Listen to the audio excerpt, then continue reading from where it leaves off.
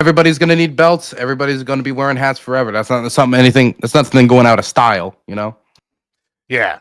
Yeah, I mean, and like I said, it's like luxury products, and they're like really like customs. So like, if you want somebody wanted some crazy shit, like, oh, I want like a boa, like inlaid with gold, like, yeah, cool, we can do that, like, right, like it's or something like any kind of wild stuff, like we had a guy do a Corvette, and he had like 8 different skins, and he had like a frog skin for the little like shifter thing over it. I mean, they do crazy things.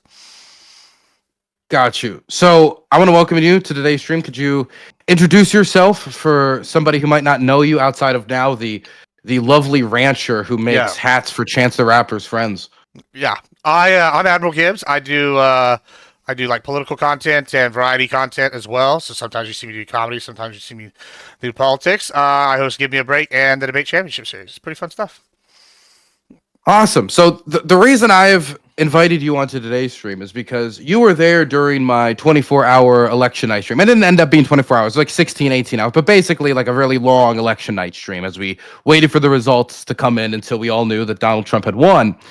And during that stream, I had a lot of people talking to me about the potentiality for the future. Because I would ask you, I was pretty quiet during that stream, wasn't I? Yeah, I feel like you were pretty quiet compared to I, some I was people. quiet because I was taking in information. You know, I was trying to register like, okay, Trump's president now. So what's going to happen now that has been cleared? What's going to happen for the future of what's going on in Ukraine? What's this going to mean for the economy? What's this going to mean for the future of the United States? So I was trying to figure that out. And the people who were there to guide me was you. And not Mm. just you, but a few of our other friends. I believe Jeb Tan was also there. Cam Higby was also there, who was originally scheduled to actually be here Hmm. for this conversation. But, we had to schedule due to, who cares? A point is, though, now 100 days is almost gone. And that's usually seen as the first major marker of a president's, legacy, the first 100 days. What were they able to achieve during that period? And it's really gone by very quick. At least to me, while a lot has happened, 100 days has gone by quick when it comes to the issues that I particularly care about, and I know a lot of other people care about. And so I wanted to touch base with you and ask you, where do you think we are 100 days into Trump presidency almost by the end of this month, since our last conversation on the election night?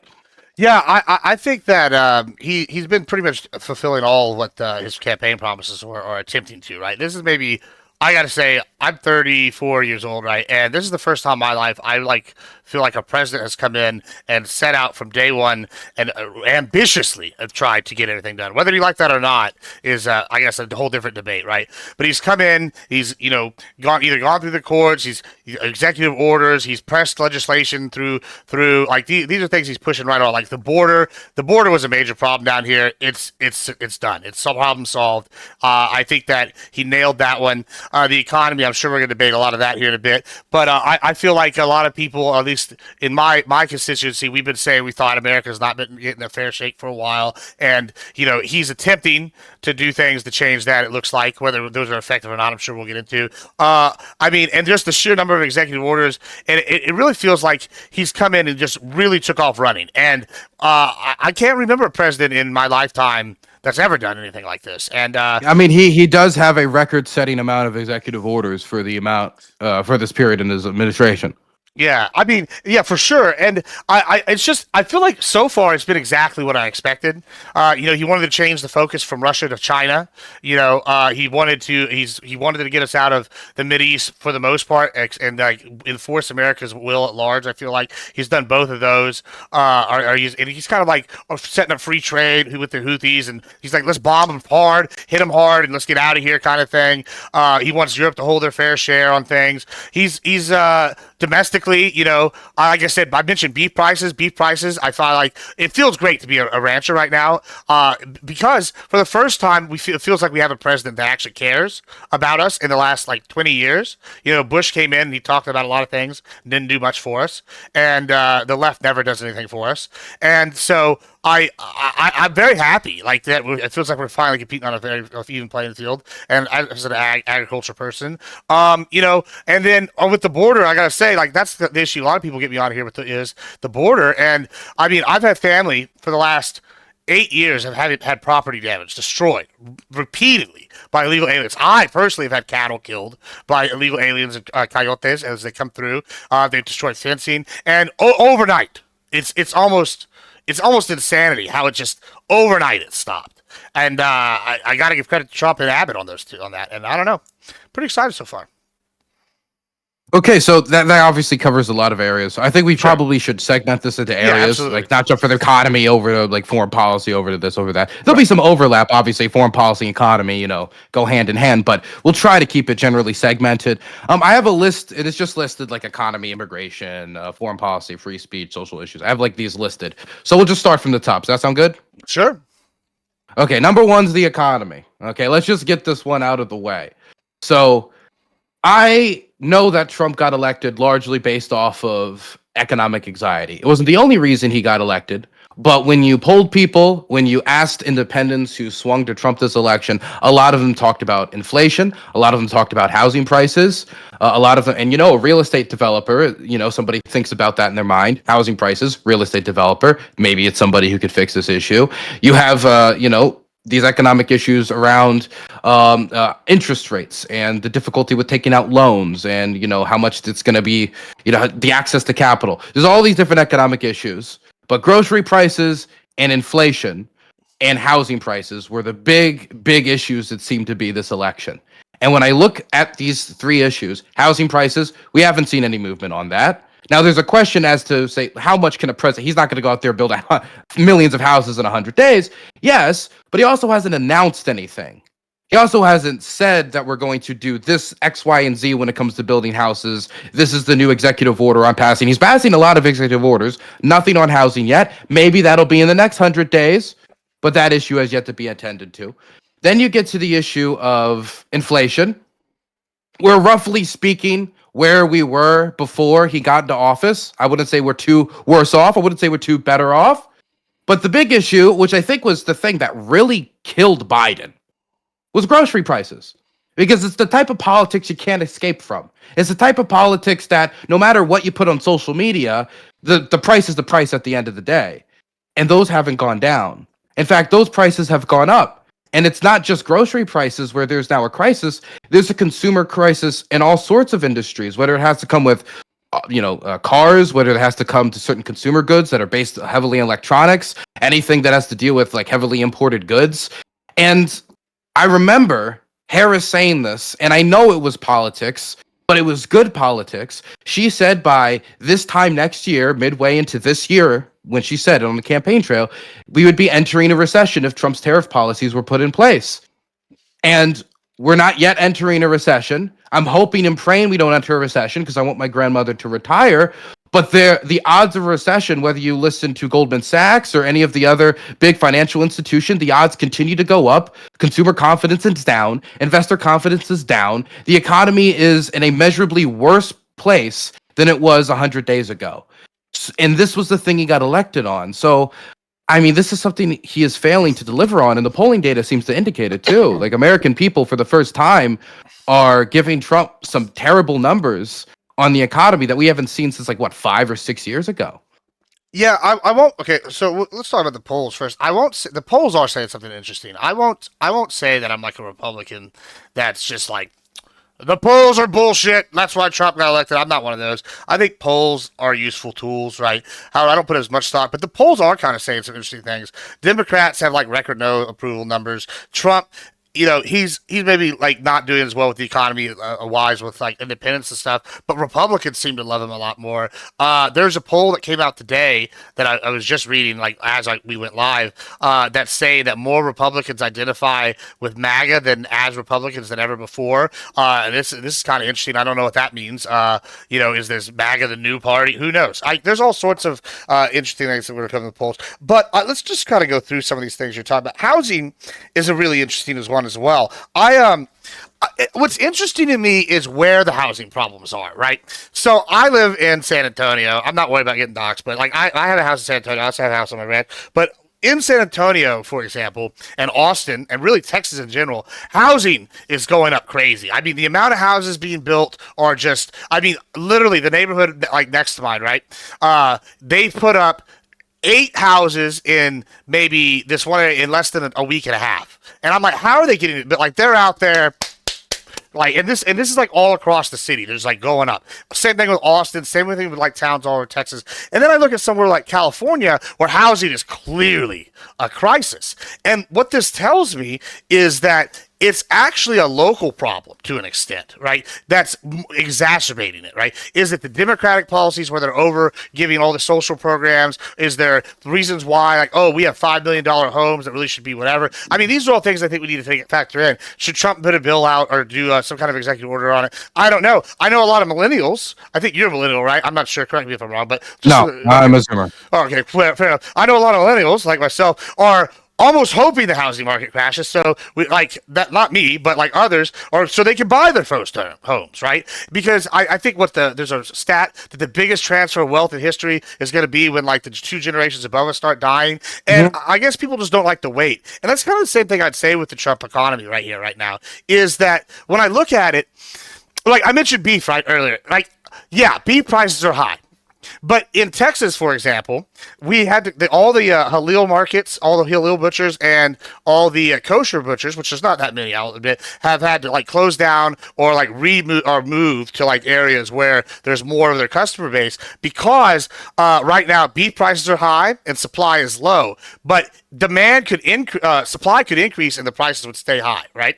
And so what I've been saying is yeah, maybe we're getting hurt, but this is kind of what Trump is advocating for. Is he wants manufacturing to come here, but when it's not just manufacturing, it's also like secondary industries. So like as like the beef industry, the Texas beef industry, the national beef industry grows, you're gonna have secondary markets like your butchers, which are skilled labor, right? You're gonna need skilled labor for butchers. You're gonna need logistical support. You're gonna need all these things, and all that's gonna grow. And I'm using beef just as a microcosm, as like an example of other industries, because I know like cars is one. You know, we're looking right now with China saying they can sell us these things direct.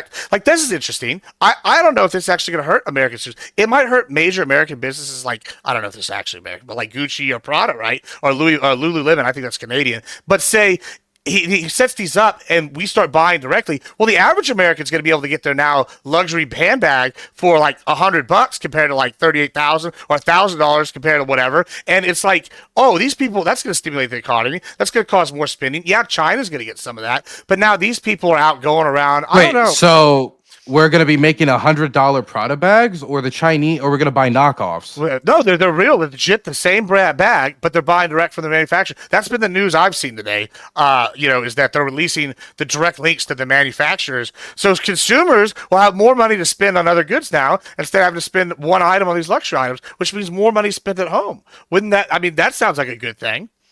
I don't know. Well, but that's none of that has to do. That's not done by Trump. I mean, this is people finding these are people finding ways around in order to get cheaper products now that there are tariffs placed. No, that's okay. Wait, let's go back to that. That's China. The Chinese factories are saying, "Oh, well, don't buy from Prada. Buy yeah, but from that us was direct." so that wasn't Trump. That was because that was Trump the Chinese companies put a tariff on them. And they're responding so to now, the tariffs. Okay, so and they're also communist owned. Remember, so it is the government that is telling these companies what to do. It's not like America where they're totally free trade. You got to remember. So people can get a cheaper Prada bag. Okay. Sure. So we can go back to housing for a second. Sure. So Trump has done nothing on housing. I'm happy we both agree on this at least. Yeah. But the reason why you say is because it's local. Now, it is local. It is partially local. But Trump also said on the campaign trail that he was going to build, baby, build. He was going to build houses. He was going to deal with the housing crisis by building. And he hasn't done anything. He hasn't said anything. He hasn't announced anything. So we haven't got anything done on the front of building housing on any large scale or anything on the build, baby, build scale outside of just some chitter chatter here and chitter chatter there. So we haven't got anything done on housing. Now, that's a major issue for American people, but what do you want? What do you want him to do? By like, when you say build, baby, build, when I envision build, baby, build, I mean, like, I see that happening. Let me just give you an idea, right? Sure. I believe that if Trump put half as much time into this rebuild Gaza from the ground up, like hotel, or any of these wacky ideas that are never going to happen, just because like there's not a possibility there's just no political avenue. There might be big, bold ideas. If he takes that time and directs it towards how can we invest in American companies to build and make jobs here, building homes here? How do we put contracts out there for these companies to build homes in the United States? How do we make funds available to localities to build these homes? How can we work with them to try to cut down zoning regulations? If Trump wants the big, deregulator in chief, zoning regulations is a big part of the reason why it's bad in localities. And he's going to have to work. The federal government should advise these states, advise these counties, advise these governments, hey, here's the waste. Cut here, cut here, cut here. That would be a Trumpian philosophy of maybe approaching housing. I've heard nothing. Right? Like I'm trying to look at it even from his angle, and we haven't seen any movement from the build guy. And remember, this is the real estate developer, but he's dreaming about building properties in Gaza, not in the United States. Yeah, Gaza is an interesting thing we can talk about. But on the housing thing, well, let's look at that though, right? So yeah, he's the deregulator in chief.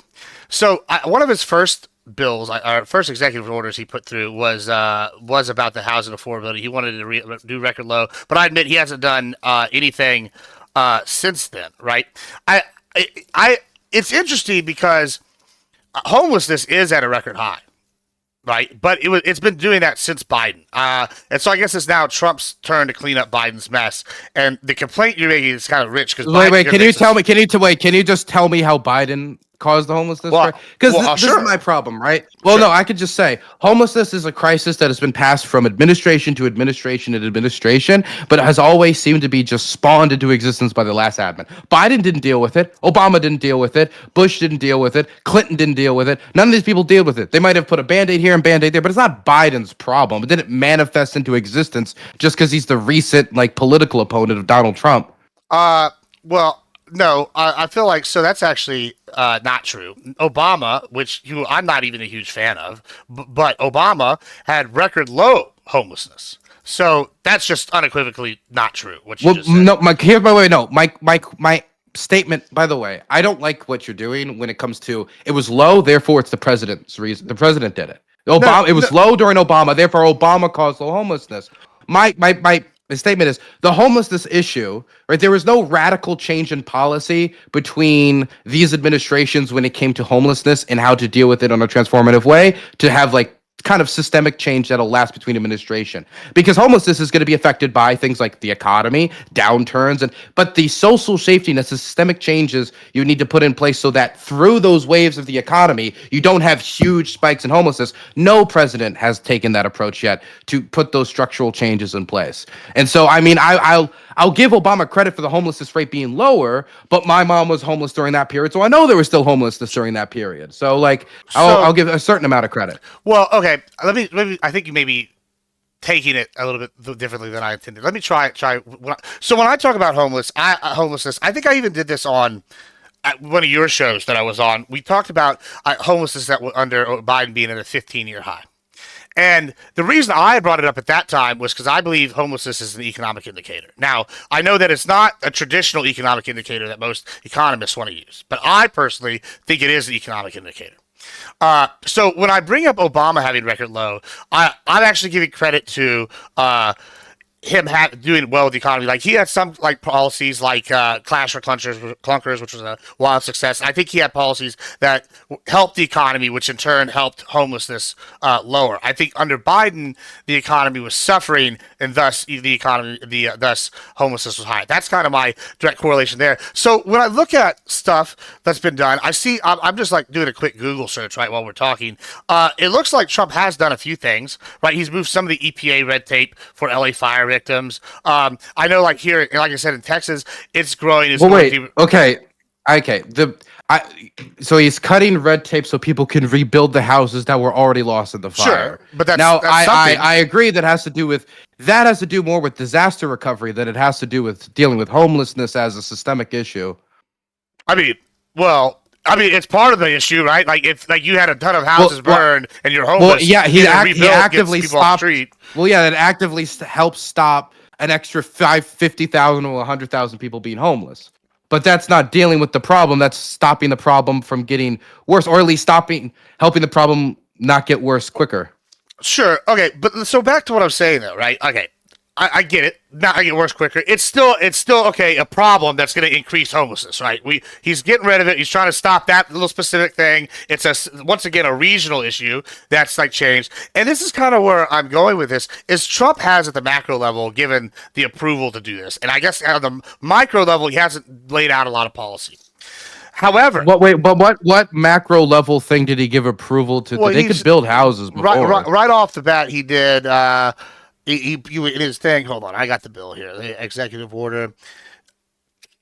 He signed an executive order addressing the crisis. He ordered executive departments and agencies to deliver emergency price relief to lower housing costs, expand housing supply, among other goods. Executive branch heads were directed to report back regularly on implementation. Right. So, okay, what does that mean without all the politicians speak? Sure, I will say it means that get started on this problem. That's what it means. That's get started on the problem. Right. So isn't that something maybe you do on the campaign trail, or no? You talk about what you're. Well, no, I would say, like, for example, if someone came up to me, Dylan, what do we do about homelessness? Build. Okay, well, that's not. You need a little bit more than that, no? No, absolutely not. See, this is the issue that you're doing right here. One is everybody's got a plan until you get punched in the face, right? Like that's the famous Mike Tyson quote, right? So here's what he's doing. Or no plan at all in some instances in this. Well, once you get that later. Once you get in office, he's got to see what the data is, and okay, well, here's the situation. So what was his plan before then? What was his plan before? I don't know. I'm not privy to that, but he doesn't have to tell me. How do you know he even had a plan? Well, he said that he was going to make housing a priority, and he's got a long history of real estate development. How would we be able to tell a difference between going in there with no plan and then trying to come up with one versus going in there with a plan, getting smacked in the face, and then having to start with scratch? Which is actually if we aren't privy to that information. Well, what would actually be better in that situation? I'll tell you personally, I often like to go in with fresh face, with no plan in some situations, if I think that I have the adequate team to handle it, as opposed to having some idea of a plan and then going in there and trying to implement a plan without having all the data first. Sometimes it's better to collect the data and then make an attack plan. I understand, but this is also not a game of like tennis. He's the president of the United States who also so happens to be a real estate developer. Well, exactly. If there's any area that he should have had some ideas, it should be housing. Well, okay, just use that own logic then. If this is an area that he's an expert in, then hey, it's the only area he's an expert in. Literally the only one. The only area. That's fine. If this is, and it is, then he probably doesn't need to have just because he's done many different plans in many different situations. He probably has the situation where I'm in line. Hey, if I go to one of my sales teams and one sales team's underperforming in like Germany and another sales team's underperforming in Florida, and I go over to my Florida team, I'm not going to come with the same plan that I would for the German team because they're different demographics, right? So he's probably going, I've had all these other situations in my life. Let's go in there. Let's see what the data is, and then let's make an appropriate plan. That's what I would hope he was doing personally. Yeah, but he was already president for 4 years, so this let's think about that. Should already be kind of things change. Maybe if this was his first day on the job, it still wouldn't excuse not having a plan. But he was president for 4 years, and he won the second time. He had months to prepare, even before going in there. We're 100 days in. Like at a certain point, like when is it? Oh, I'm ready. Like, well, okay, he's prepared. He's pulled his hand. He's ready to punch and tell us all what his plan is, and he's holding. At what point do we say, okay, maybe it's because there's nothing in his hand? Okay, well, let me hit you with another alternate scenario, right? So we have Trump, the great deregulator, as you said earlier, right? So we've already seen him try to deregulate, even in California with the EPA protections on the specific thing with the fire, which you took elements with. That's fine. Yeah, that's fine. We don't have to. I'm not saying it's bad. I'm just saying it doesn't deal with the issue that we're talking about. Sure, it's not a bad thing. It's a disaster recovery. You also have to realize, though, right, that say I'm going to use Abbott for example because I'm very familiar with Texas politics, right? Abbott has turned around now that he's got Trump's blessing, and he's let local areas deregulate a lot of zoning stuff. And that's part of the reason why Texas is having a housing boom right now. Like all across Dallas, Fort Worth, San Antonio, Houston, Corpus Christi, all Midland and Odessa, out in the middle of fucking bumfuck Egypt, are out here blowing up, right, in housing. But then I look at California struggling. Why? Well, is it because of Trump, or is it because of the overregulation in certain areas? And so maybe Trump doesn't have to give it when he's already getting support by his Republican governors to expand. Yeah, I mean, in some environments, there is a better market to build. And Texas is one of those much better markets to build due to a whole. It's not just regulation; it also has to do with local economic factors outside of that. But it is. Well, let me finish. Let me finish. It also has to do with regulation, but. For example, here in Maryland, this is the state I'm familiar with. There's a problem when it comes to how much land you have. Texas is a gigantic state. Maryland, we're talking about areas that have geographic diversity, but areas like Baltimore, 1/3 of the city is historic buildings, right? You're bumping into stuff that, like, famous I'm not kidding. Like 1/3 of it has the most historic buildings of any city in the United States. And when you're talking about big urban centers, what you're going to have to do is destroy old properties or build up on the properties that are currently existing or expand the urban center. These are the options you have. And in order to do any of this, you're going to need pretty low interest rates, which is something that Trump has always talked about wanting, and he wanted to fight the Fed over it many times. But right now, we're having a problem, not just with interest rates when it comes to just across the general economy and borrowing, but also when we're talking about the securities that our government relies upon for our dollar to be strong and our government to be able to borrow and subsidize and, subsidize farmers or build the economy of the 21st century. And so right now, I would agree that Texas is a really good place to build, but if these interest rates are further fucked, we're going to be in a really difficult place to build, even in Texas, because you need be able to borrow capital in order to build. So now, hold on, real quick. After this, can we make sure? Can we move off after this? Can we move off housing? Because this is the area we have the least to talk about because Trump hasn't done much. Yeah, on this, I agree with that. I'll be quick. I'm just going to say, that's a really interesting thing.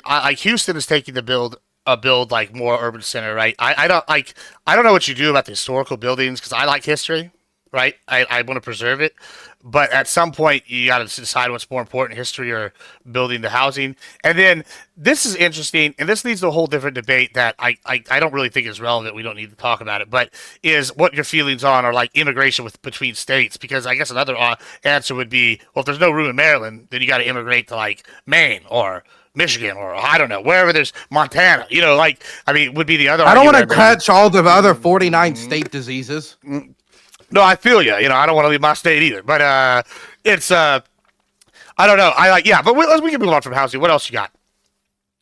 Do you know the other states have crabs that aren't blue? That sounds terrible. We got blue crabs, little shitty ones. Beautiful blue crabs. Okay, wait. So I wanted to talk about that manufacturing thing you brought up. We can stay on the economy because the economy is a big topic. Manufacturing. This is an issue that the vast majority of Americans, want to see manufacturing back in the United States, right? Now, that doesn't mean that we need to trade every service job for a manufacturing job. If you ask most Americans, would you like to work on the factory line? Only 20 to 23% of Americans actually say yes. So we want manufacturing here, but there's only a certain section of the economy that wants to work these jobs. So we got to find these jobs for those people, right? So that's what we need to do and make them good jobs where they got benefits, that they can pass those jobs on to their kids if they so please. And I don't know if we agree on this, but maybe a good union job so it can have a certain amount of security and better benefits, right? Yeah. Now, I don't like unions, but that's fine. Go ahead. They voted for Trump, so...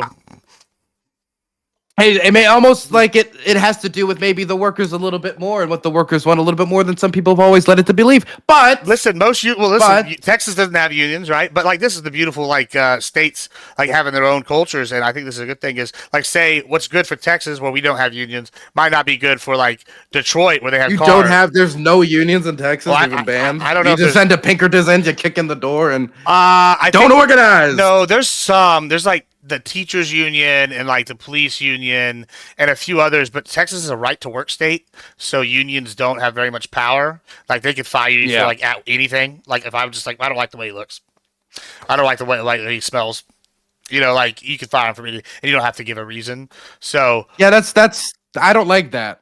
Sure, there's pros and cons, but so with unions is interesting because unions did vote for it. When I talk manufacturing, everybody immediately goes to working on the line. But I want people to realize manufacturing is not just working on the line. Manufacturing is also packaging, but it's also agriculture. You're making the food. That's what you're making for everybody. Now I know that's not traditionally what people think of when you think of manufacturing. Well, but okay, this is the problem. No, I think the problem is people think of on the line and in their mind they think of like some dingy factory with a light bulb flying over their head, and they're like and they're basically a machine for the rest of their life. That's what they think of. Sure. Now with some of the jobs that we're seemingly trying to retract back to the United States, that's what you would get if you want to make them at a price that American consumers what you would buy. And this is the problem. This is the crisis we've run into, is that as much as AI and robotics has advanced, it hasn't advanced to the point where you can make the goods that are being currently made in places like Vietnam, which we asked Vietnam to make these goods as an alternative to the Chinese controlling our our trade routes of cheap consumer goods to the American market. We can't take that over the United States and sell them at the same prices. The prices are going to go up. How much they go up? It's impossible to say all the factors are going to go into it, but it's going to be a lot that's going to affect consumers. They'll go up initially, right? That's no, they'll go up across. No, they'll go up permanently. Yeah, but if everybody's, I mean, the question is whether or not the price increase will be balanced out by general economic benefit enough that it'll be worth it, right? So once yes, but no. Like that's not necessarily true, and this is why I keep coming back to ag, right? Like because if you look at wait. So let me just. I'm sorry. This will be my last question, and I swear I'll let you talk. Yeah, go ahead. Do you really believe that it is possible to produce pencils or electronics cheaper in the United States than in Vietnam? Well, so once again, I'm gonna say yes, but no. Right, and like it's like if tomorrow if I built a factory and I wanted to produce pencils, absolutely not. It would not be cheaper, right? Like let's just get that clear. But 5 years from now, or 3 years from now, or 1 year from now, after I have AI designing it, and I have my employees, who knows? Like once my suppliers are set up here, it's totally different. Like you can't say that you don't know to be made. And let me give you to come back to like the ag thing, right? Like look at Gibbs. You own a ranch, right? You own a ranch. Sure, but I can use. How much do you pay your workers? Like I'm not like is it something where they can feed themselves? Yeah, if you work for Gibbs, you make a lot of money. Let me tell you that. Okay, yeah. So that's the problem, right? That's the problem. Is it's not just a question of like because in some countries, like we're not going to grow bananas in Vermont, right? If you place a tariff on this country, you're just going to get more expensive bananas. You're not going to be able to replace that domestically. Well, science isn't there yet. Okay, maybe in the future it'll get there, but even when it does, it'll probably be cheaper to put it in the goddamn ground than in the science chamber.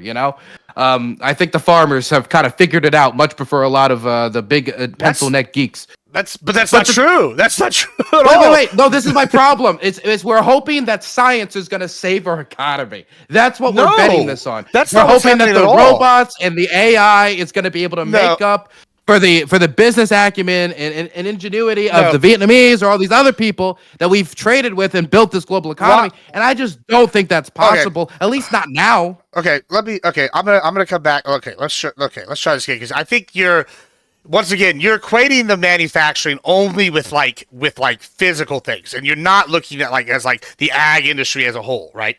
Like I'm gonna use corn and grain right now, right?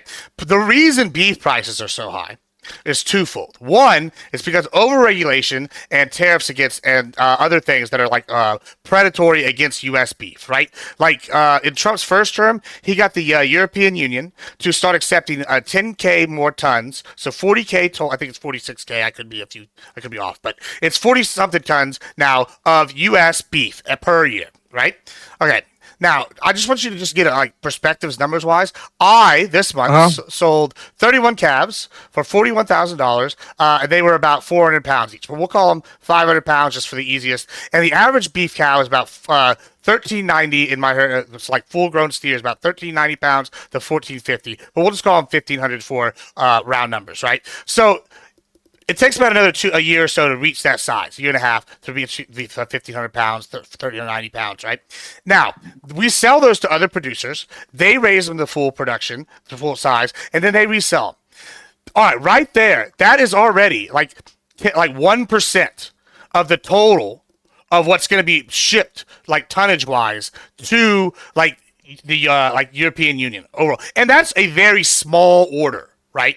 Like within a year. And so when we're being like blocked out of entire markets like this, and they're putting restrictions like, oh, you have to have, our cows can't have this hormone, our cow can't have to be grass fed, et cetera, et cetera. This is not fair. Then we would look at grains, right? The U.S. grain market has collapsed because of European restrictions on grain and imports and whatnot, right? There's all sorts of things. And so when Trump is putting tariffs and they're making them play at an even footing with American farmers, yeah, that's going to raise prices at the grocery store a little bit. But now, after about 6 months of doing this, you'll see about a season or two, because guess what? The science, you're right, already did figure out how to grow crops in the off seasons, right? So you'll see that for a lot of them, for the big mainline ones. So what you're going to see is now, as they are able to sell their crops at a profitable margin, they're going to be able to increase yield, and then they're going to turn around and be able to sell that, and thus you're going to keep the crop prices at a profitable margin for American farmers, and then that's going to lower the cost for American consumers. But it's not going to happen tomorrow. It's going to happen in like about a year or 6 months or so, right? Like that's when you're going to see the results. So it's kind of like what Professor I once knew said, it's either the pain now or the pain later. And we're not even talking about national security reasons. You're pro-Ukraine. I'm pro-Ukraine, right? I own a lot of military industrial complex stocks. Do I want China to have a chokehold on us and us not be able to keep producing missiles and whatnot? No, I want us to be able to manufacture. Can I ask you a quick home. question? I'm sorry to interrupt your rant. Sure. Can I ask you, how did our military industrial complex stocks do since Trump has entered office, by the way? I've done great. I got Modi in like 2 weeks ago to buy something, and he's up 30% in his last Raytheon purchase. So, yeah, I mean, it just depends. No, I'm not. I'm asking, how have the stocks been since Trump entered office? Not how people purchased recently buying dips. I mean, they're all up? Well, I don't know about all up, but there's most of them are up overall since he took office. They took some hits recently, but they're, yeah. I mean, I'm doing great in the stock market. I mean, it's not that hard, guys. You just got to do a modicum of research and not expect to get rich overnight. But yeah, I mean, I can't say they're all up, but like I said, Raytheon's up since January. I mean, they all took a dip recently, but then they go up again. But regardless, I mean, even if you want this, you still want to manufacture at home, don't you? You said it's up. I don't know. I mean, the market generally doesn't look up. Okay, whatever you say. I'm not going to go look at it right now. I don't want to do the market debate. But I mean, I don't know about right now, the European defense stocks are the ones that are popping off. It's the European defense stocks right now that everybody's fucking the investors are flipping out about. Rheinmetall and these companies massively expanding due to big investments. German raising, getting rid of the debt cap entirely for defense spending. That's something you don't see every day. And so right now, what I hear is all the commotion is in European defense stock, because the Europeans are now controlling for the externality that America is not a dependable ally. Well, yeah, I mean, absolutely. That's definitely going to be true for the European defense companies. I would maybe look into buying some of those myself, right? I mean, like as somebody pulls out, a different market share grows. I mean, it's all relative. I mean, both can be true at the same time. Like you can have a U.S. company doing well and European ones do well. I mean, that's not necessarily true. I mean, but when I'm looking at this, right? So you want these tariffs to hurt now so we can get better trading conditions. Sure, yeah. I mean, later. Think it's fair so in the long run, okay, but here's my thing. To a certain extent, I agree that we should be negotiating for better trading conditions, but we're negotiating with no sense, right? We're negotiating in a way. For example, when we say that this is a reciprocal tariff for tariffs, they should be for tariffs. They should not be for things that are not tariffs. They should not just be an equation that really equates to, okay, it's actually just about the trade deficit. Because Vietnam did not have no 90% tariff with the United States. Vietnam in the United States has one of the friendliest trading relationships in the world. The effective Vietnamese tariff rate on American goods is 1.1%. So we're off by a margin of 88.9%, right? So that's a significant difference. And for a lot of these countries that got 10% tariffs, right? Like Ukraine or these other ones, they don't have reciprocal 10% tariffs. A lot of them actually have tariff rates that are like 0.5 or 0.8%. but none of them rounds down. So all of them just immediately rounded up to 10%. It also did not include the service economy, meaning that nation states like Switzerland, which should have no trade deficit with the United States at all if you include the service sector, all of a sudden has a $15 to $25 billion trading deficit with the United States because our service economy doesn't matter anymore. So not only did it not have to do with reciprocal tariffs, it had to do with trade deficits, which the United States is going to have with nation states like Vietnam, which cannot buy Ford F-150s for every Vietnamese villager to drive around in their little communities when they have cheaper alternative Chinese trucks they can get for 1 to 2K from right across the border to the north. You're not going to be able to compete there. And so making it about trade deficits sets yourself up to fail, which is why Trump has backed off on a lot of these tariffs when it comes to electrical goods, when it comes to the Vietnamese, when it comes to a lot of these countries where it originally didn't make sense. And so he started backing off of them. And so for me, I understand wanting better trading conditions, but you would need to start with a negotiating strategy and a tariff strategy that could make comprehensible sense for those you're trying to negotiate against, or at least have some element of fairness attached to them. And it doesn't just seem like you're just kind of flipping the table and say, give me a better deal. Well, first of all, I actually love it when people flip the table and say it's a better deal. I don't think fairness should matter at all. Fuck that. Sorry, I think maybe this is where we differ. I am not a globalist at all, and maybe I think this is part of the reason why I've been able to predict Trump's actions to an extent. And I think there's stereotypes are true for a reason, right? Like when you think of like the Texas oil man, he's loud, he's like aggressive in his sales stuff. He's like ha ha ha. You think of like the New York real estate mogul, he's cutthroat, he's kind of like unpredictable, like, and I think Trump kind of fits this mold, and I just recently finished reading all the Trump's books that he's either wrote or ghostwritten or whatever, and you have to.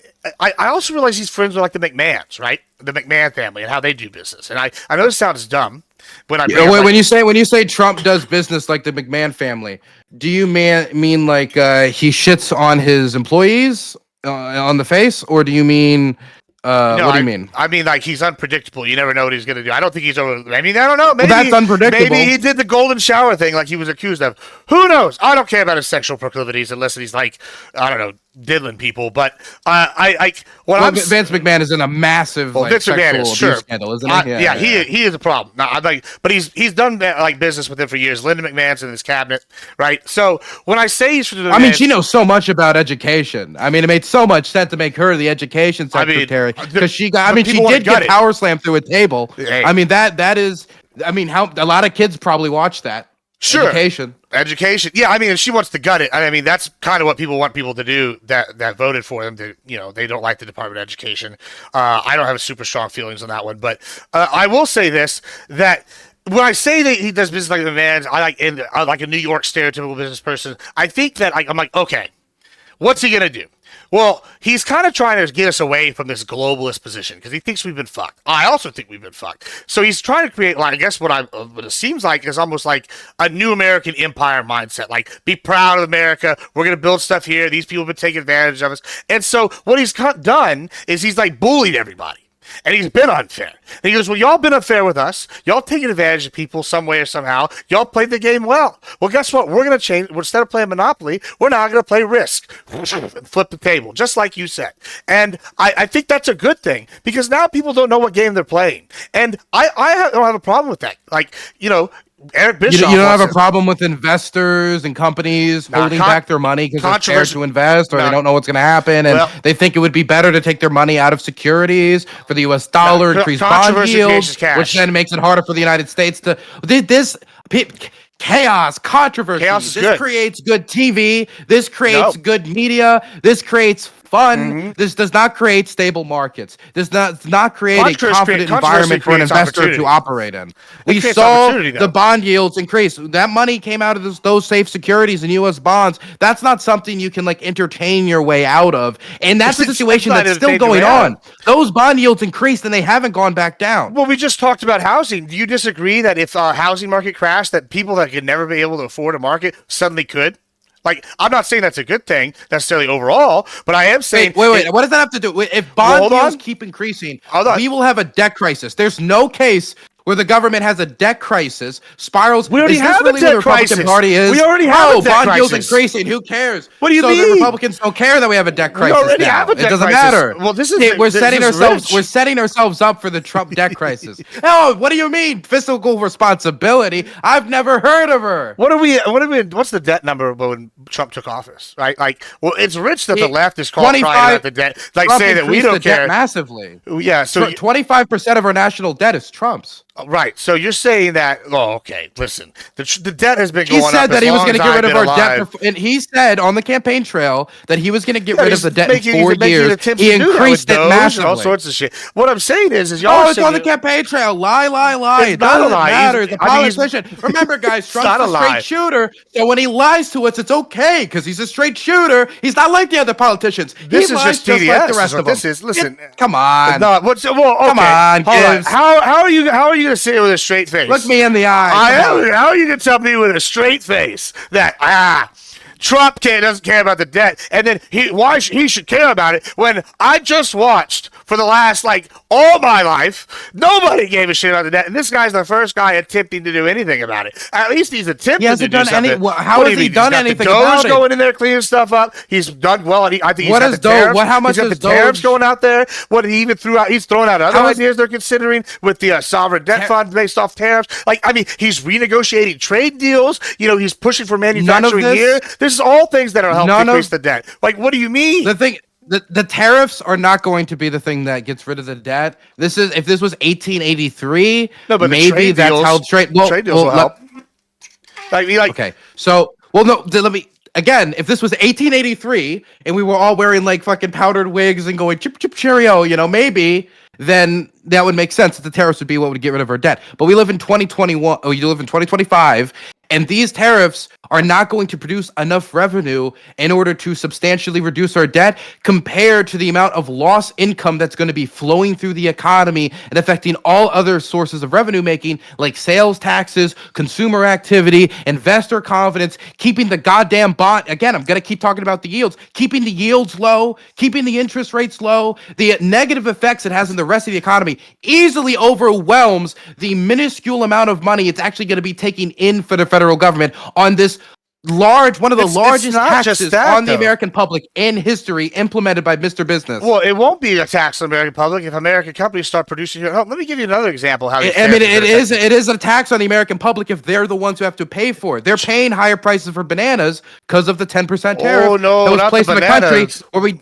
I'd be like, you got to be kidding me. What do you mean? Not the Lord and Lord, eggs are high. Let's just kill 30,000, however million chickens because of the bird flu that's not even down here. Come on, man. That's what you sound like. About? I mean, you're speaking gibberish right now. I said banana prices are high. I know, you're talking which about is banana a common. It is a common banana prices. Household. Who cares about banana prices? I'll tell you why. Banana prices. I'm using a common staple household food item. Oh, who cares about that? This is the equivalent of what you're doing. You're literally walking into the night and screaming, "Read!" You're going, "Man, oh, that's serious politics." No, you're literally walking out outside and reaching up with fist ball. Okay, going, egg prices. That's what you're doing. Banana prices. All these different prices of different fruits and vegetables. None of this matters. Well, it's all who cares? 10%. Let's talk about grocery prices increase. Do you believe? Please. I will. Can you just justify to me? I will. No, you didn't let me. Yeah, I didn't finish my. Question. How can you say you're gonna will when you don't know what the question is? All right, go ahead. How can you please justify to me such a strange? Bananas are a staple household food. This is something most Americans buy and put in their grocery cart. Say, oh, the banana prices are higher. The reason I use banana prices is I'm using a staple food that everybody buys. We could talk about egg prices, which Vance talked about on the campaign trail, and then the prices went up. And now because of bird flu, we don't need to talk about it anymore. Now it's an uncomfortable issue. Now that egg prices that way, it's uncomfortable. But look, my problem is when these prices go up, before during Trump, it was during Biden, it was a crisis. It was a price crisis because he didn't care. And your family's going to pay higher prices. Let me finish. You're going to pay higher prices. Your family at home is going to pay these higher egg prices. You're going to pay higher banana prices. You're going to pay higher this price. They're going to pay higher prices. The interest rates are higher. Oh, fuck you, Joe Biden. You're destroying this country. Then Trump gets in there. Prices go even higher. And 10%? 10%. Who cares about 10% on bananas? Who cares about bananas? I don't like that type of politics. What's 10%? Either you don't like the prices going up or you don't like the prices going up. What's 10% of 28 cents? 10% of 28 cents is going to be a few cents, like 2 cents.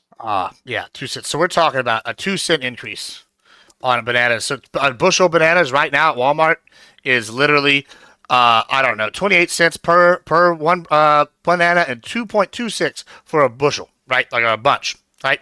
I don't think that $2.26 bananas is going to bankrupt the American economy. You know what I think is going to bankrupt the American economy? When we have unfair trade deals. Like, I don't know, the Panama Canal, which we had people die to build, which we built, and basically Jimmy Carter tradeously gave away, and they're going to charge us between $300,000 and $500,000 per ship when we break up 63% of their shipping, and something like 80% of their revenue, some crazy number, and their whole country is supported by this one canal, basically, and then a small fraction of tourism. And you're going to go, hey, bananas, though, whenever these guys are just taking us, and this is our butthole, and they're metaphorically reaming us on prices with shipping, that the shipping costs are passed on to American consumers. It's crazy to me that you're going to have the audacity to sit here and try to go banana prices. Oh, they're so terrible with Latin America. These two things they are directly related. They're directly. They're direct. Oh, they nothing. You don't think this is a complete pivot? Hold on, it's not a pivot at all. I mean, okay, let's break down some economics. I'll let you finish your rant, and then it's not a rant. It's basic economics. 101. I don't know if you know this, but logistical costs are a major factor whenever you pass prices on to consumers. And if it costs me millions of dollars to ship giant tons of items, guess what? That means it's going to be more expensive for the consumer. And if we're getting fucked by the biggest trade route in the world on prices going through it on something we built, those prices are going to be higher going to the consumer. Whenever we go and put tariffs on them, I can't take this seriously. Well, I mean, you can't take it because it is the serious. reason. No, let me tell you why. Let's hear it. Well, if you be quiet for a second, I'll tell you. The reason I won't is, let's say we go through this. Let's say we negotiate a deal where it's American ships will be paid to go through the Panama Canal. Ooh. Okay? They'll salute them. They'll say every American sailor has a right to our clay forever because your soldiers died from mosquitoes. So you guys have a right to our land forever. I guess that's just how the world works. And however many young men we have to sacrifice in those forests again, getting blown up by car bombs, we can, however Trump has to want to go about it. And then it's always going to manifest. It's going to be like, wow, price for bananas now from 26 cents to 25 cents. And then I can come to you and say, it's just a penny. It's just a penny, Gibbs. Who cares about a penny? When politics becomes that, like, it's just 2 cents. It's just 2 cents. You know why, Gibbs? Because you're a rancher who has a lot of money. But 2 cents for somebody who has to buy bananas every week. And it's not just bananas, but then it's olives. And then it's blueberries. And then it's strawberries. And then it's celery. And then it's carrots. And then it's all these items. Those little bits of 10%, 50%, they add up for people. $20, $30, $40, $50 at the end of your grocery bill. For people who are surviving paycheck to paycheck, that actually matters. I grew up eating government cheese, bro. I fucking had ice for dinner and sleep for dinner many times. Like, we grew up broke as shit, and we made something of ourselves. So you have no excuse then. But no, I did it exactly. So no. I have no excuse. And the reason, you're right, because I don't go in there and I see, it went up 1 penny. Whenever we've been having inflation go up our entire life and go, it's because of whatever. In fact, I would probably say the opposite. Man, it'd be nice if a president put up some taraffs and got some good trade deals so other shit will go down. What do we get for the 10% tariff on bananas? What do we get from that? Or for example, Vietnam. What are we getting from Vietnam, a nation state that is not going to buy our goods because they're too poor? So if we put tariffs on China, what country's right next to China? Vietnam. Do they have a big trading partner with Vietnam? Well, they don't like each other, sure, but they do trade with each other quite a bit. Are they going to be like, hey, You know what we can do? We can just repackage everything in Vietnam and ship it to the U.S. Oh, well, absolutely, because that's what China does all the fucking time already. So, like, when you're going to sit here and go, like, it can't be one set of rules for America and then one set of rules for China. About? Well, okay, cool. Well, I can't believe you don't know this. This is crazy. China. No. Wait. China. Vietnam. So we placed these 90% tariffs on Vietnam because of repackaging of Chinese goods in Vietnam. That's why we did that. Yeah, it hurts China, does it not? That's not what they said. Well, the reason the Trump administration said they placed a 90% tariff on Vietnam was because they had a 90% tariff on us. Well, good for that. I mean, I guess they can justify it however they want to justify it. I mean, I would have justified it as they're going to ship Chinese goods and China's going to ship shit through them. And you're acting like they don't do that when they've done that for decades. You're saying I'm acting like they don't do that, Gibbs. You're yelling in a way where I hear every other word, right? There's like a sure. I know that Chinese good pass through Vietnamese ports. They're massive trading partners. Vietnam is next to one of the largest economies in the world. It's impossible for you to be neighbors with China and not pulled into their economic circle. Taiwan, one of Taiwan's major trading partners, one of its biggest, actually, I think its biggest trading partner is China, even though it's China threatening them just because of their economic weight. So we're going to place 90% tariffs on Vietnam to make them stop trading with China, or to make them stop facilitating the trade of Chinese goods. Is that our goal? Because if that's our goal, it's never gonna work. Of course, Vietnam has to exist with China. They're neighbors. How are we gonna go to Vietnam and say, hey, you know this country we have 2,000 years of history with? You need to ignore them because our $100 billion worth of trade with the United States is gonna be so worth it. The Chinese it's not going to work. The Chinese economy is based so much on the U.S. right now. If we hit them hard in the mouth, their economy crashes. No, but it's the majority of it is. What percentage of their market is the U.S.? Do you know? It's a massive, substantial market. I know it's a massive portion of the market. That's beneficial for us. I mean, sometimes, like I said, the pain now is better than the pain later. If China I don't want to roll over and let China run the world. Do you? Everyone. It will be a disaster for everyone, including the American consumer. There will be a global recession when China goes down. The question is, how much could we shield the American people if that global recession is to take place, to stop them from dealing with the worst parts of a global depression? What do you want done about China? Are you a fan of China? I'm not a. What the? Okay.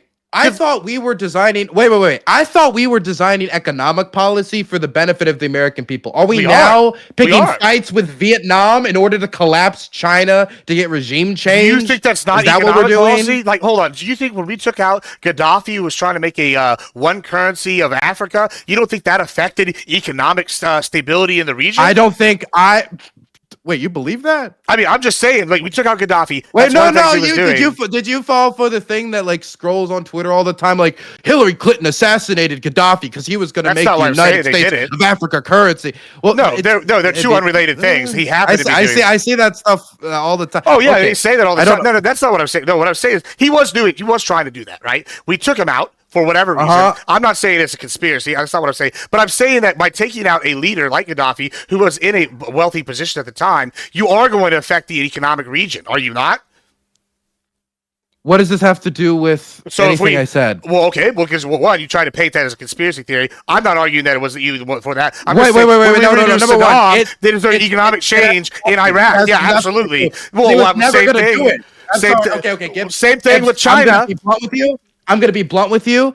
The United States would treat Gaddafi talking about bringing the moon and making it collapse into the United States with a giant magnet as seriously as Gaddafi making a United States of Africa or United States of Africa currency. And the reason why is most of Africa hated Gaddafi. All of his neighbors hated him. Most of the South hated him. So how is a guy who's hated by the entirety of the continent too much somehow on going to unite it economically or in one unit? It was never going to work. You're missing the point that I'm making here is, okay, I'll give you a different example if you want that. Do you remember when Libya? Well, no, you said I treated it like a conspiracy. That's why we did not take him out. We did not take him out.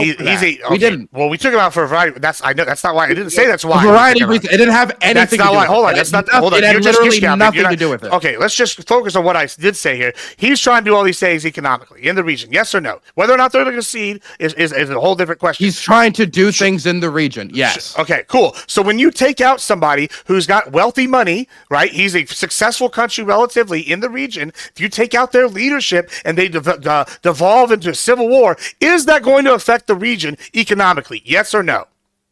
Yes. Well, then that's my whole fucking point. And I don't know what all this other tangent was. Same thing when we took out Saddam. The region changed economically. Guess what? Like when we go and do stuff with other countries, it's the same For the thing. better or the worse. And before the birthday drinks begin, I mean, it could be less for us. It could be worse for other Wake places. up ready for what's next.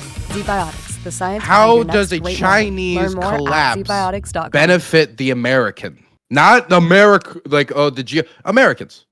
You and me. I mean, do you think that in the long term, China is not an adversary?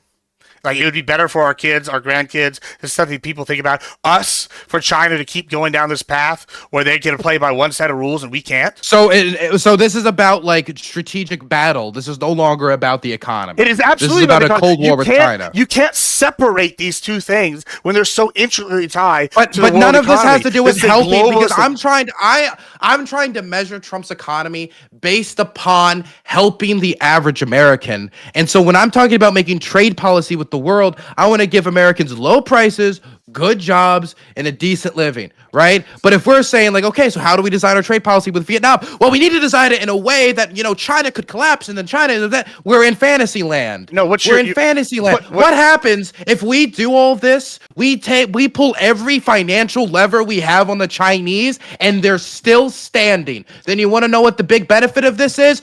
Poor Americans, higher prices, more inflation, higher interest rates, and a fucking recession. Listen, we got it for what? This crusade? I mean, listen, and if we let China just keep gaining power and keep taking advantage of us, eventually that's also going to happen. Except now we're not going to have the superpower status to be able to handle them. You got to do something Trump's now. fine. Like, Wait, listen, you guys, they're fine. The parties you- were fine with it when it's the Russians. Why is it a problem when it's the Chinese? Russia's listen. Russia is a shell of what they used to be, right? Like I'm sorry, like they're not the threat that China is. Like that, like yes, they're bad. I'm not going to pretend they're not bad. I'm not one of those Republicans. I don't like Russia either. Like, but it's not like Russia is the strategy really? Is the strategy really to do economic warfare with China until one of us go down? Well, let me ask you a question. This is a pure hypothetical. I just kind of want to gauge your action. Say these Trump tariffs or Trump policies absolutely crushed Russia's economy. They had to stop the war. Would you be a fan of that? Yes or no? I would be a fan of the war ending, of course. But you wouldn't like the economic ramifications, but you would be happy it ended the war. So it's kind of like a mixed bag thing, right? Well, let me put it this way. The recent tariffs that were put in place had a bunch of effects on the world economy, and one of them was that oil prices went down. They were near $70 a barrel and went down to like $50 a barrel. This is something which probably means, or like $60-something a barrel, which means the Russians, because they have to sell them at a discount, are selling them probably at about $50 a barrel, right? Now, that is already pushing the Russian economy to the brink because they have a budgeted for $70 a barrel. They don't have one budgeted for $50 a barrel, meaning they're going to have to take on debt. Now, if we have an Asia-style financial crisis from the 90s and we bring down oil prices to $10 a barrel, then that's something that could bring down the Russian economy maybe, or at least make them their gears start grinding and they start seeing the system can't take it. Now, I don't think that this is purposeful design to bring down the oil prices in this way. It's hard to say. This is the problem with Trump is anytime if he flails around and he slaps somebody, is it that he meant to slap them, or is it this is one of the side effects of his tariff war and trying to get this manufacturing McKinley style independence that he talks so much about? And so I'd be happy if the Russians couldn't carry on the war due to low oil prices. But I don't know if that was the intention of the tariff policy. And Trump hasn't said anything to that detail. None of his advisors have said anything to that detail. I've seen some people talk about it as a possibility down the road, but I haven't seen anything to indicate that they've taken that pathway. I mean, I think there's a famous quote. I don't know if you've ever heard it, but you kind of mentioned flailing, doing your credit. I almost want to say it doesn't matter because of this quote. It's not stupid if it works. And like I feel if it's accomplishing these goals, no, it could still be stupid. Wait. Okay, if I drink drive and I go home and I get there, I might have taken a few light posts on the way there. I accomplished my goal. I just did it in a stupid manner. Could have been more effective ways to do it.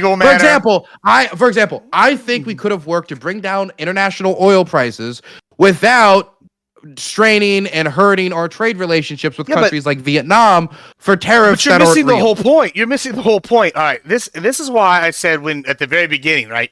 And I think you even agreed is Trump has came out and he has pushed very many things, a lot of them, right, fast, because he's trying to fulfill campaign promises. Whether or not he's accomplished all of the whole thing, but part of that is a large part of his constituency wants an America First agenda because they're sick of what they see as a globalist agenda that's been fucking over American manufacturing, American ag, American mom and pops. And so they want to compete at an equal playing field. And so when he goes and puts these tariffs, it does twofold. And you go, oh, I don't know if it means something. But when it seems like it's doing twofold, it's forcing Russia to the negotiation table. It's causing harm to the Chinese economy, which is causing and China is already openly admitting they're trying to sell directly to American consumers because they're like, oh, we can't even do business with these guys. It's devastating them. It's hurting them bad. And they're an adversary. This is the goal Trump has said first. Now, what does he always mean? Time now. That's what he's always wanted to go after. And he's doing it. He's everything he said he was going to do. He's either done, border, stop,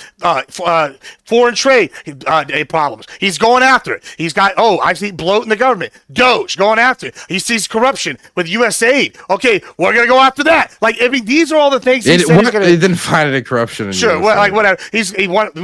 Listen, the point is, people wanted to gut it. Sure, whatever. The point I'm making is the constituency those wanted are this those are gone. my friends' jobs. You can't just say it's Sure, all corrupt and then I say no, and you're like, okay, those are people's jobs. They are people's jobs, and people didn't give a shit. Remember when Biden said they'll find other jobs? What was it for all the people that were What do you oil mean workers? people don't give a shit? He didn't give a shit about my grandfather was a federal worker. Oh, my grandmother was a federal worker. I had They friends raised that me. were I'm oil surrounded people. by federal workers. I live in the county that has the most federal workers per capita of basically, I think of basically the whole state. I think, but I don't know if it's specifically that. The point is, there's a lot of federal workers in my county. I'm surrounded by federal workers. When these people lose their jobs, they care about losing their jobs. Okay. Many of these people have given up careers that would be more profitable in the private industry to benefit their nation through civil service. And they've taken decades and decades of experience, used it to benefit the United States, and now we're trashing it and discarding it unconstitutionally around the power of purse of Congress. So not only are these people losing their jobs,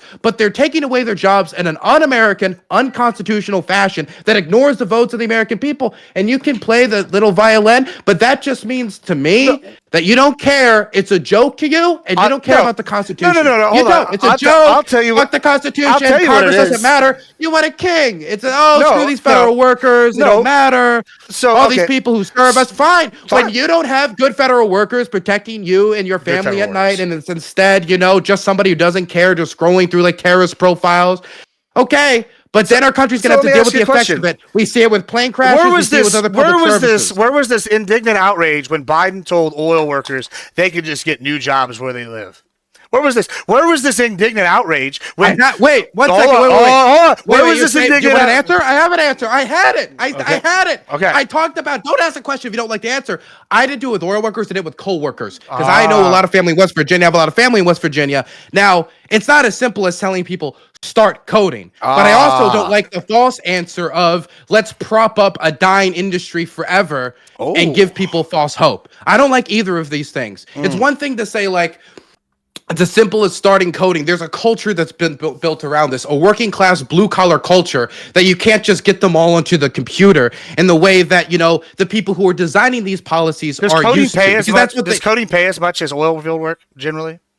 I don't know if it pays as much as oil work. I'm talking about coal work. I'm talking about what I'm familiar with and what I referenced. Right. Yeah. I don't have friends in coal. I have friends in coal. I don't have friends in oil. So when I have people making over $100K a year, to suddenly they're being told to make a $40K a year job, and they have a family and they've had an established lifestyle, and Biden told them to get fucked. No indignant outrage. Fine. What about when to be clear, you're telling them to get fucked. You as an individual are saying fuck those people. That's what you just did to me. Yeah. I'm not Biden. I'm Dylan Patrick Burns. If you don't know my name, okay? Sure, I get that. But you're missing my point. You are the worst in saying fuck them. So Yeah, Admiral Gibbs, it is. fuck It's not. you. It's not. Fuck you, Admiral Gibbs. I get it. That's Fuck fine. you for That's saying fine. fuck them. Listen, it is fucked up, and I'll tell you why it's fucked up. Because whenever we brought up all these problems on the right, we brought these problems up for years. When I brought up my ranch getting destroyed and my cattle being killed by all these people, y'all said, "Oh, poo-poo, wealthy landowner." What do you mean, y'all? I mean, sure, man. Sure, I get that, Dylan. I get that. Just calm down for a second. I get it. But whenever No, I don't. I'm sick of it. I'm sick of it. With Y'all. people on the left. No. People You're on the talking left. to me. Okay, people Dylan. on the left. So, I'm me. where We're were talking you? about real Fine. people, Well, when and I this is all a team sport for you. This is No, like it's watching not a team football to sport. you. It's not a team It's sport. like, hey, there was I this guy that was complained. made for me, so I'm going to be mean to his family, and I'm going to say screw his family and his kids and don't have food on the table. I literally It's all- came you on. treat it like a team I literally sport. started going on panels for the sole reason to tell people about the problems we were having down here with immigration. I had friends die this month from cartel violence. Two of them, two girls. One of them was raped and killed in her home by cartel members. One of them was by the Zetas, right? Like, okay, this is a real problem down here. And I came on. Hey Gibbs, if I took out a little violin and went like this right Sure, now, how that's does that fine. make you feel? I'd be okay with it. I'd be like, cool, I get it because it's pertinent to my point. The point is that these things happen, right? And when I brought them up, and many others brought them up, many people, not you specifically, on the left didn't care at all. No one cared. And they said poo-poo wealthy landowners or poo-poo oil field guys.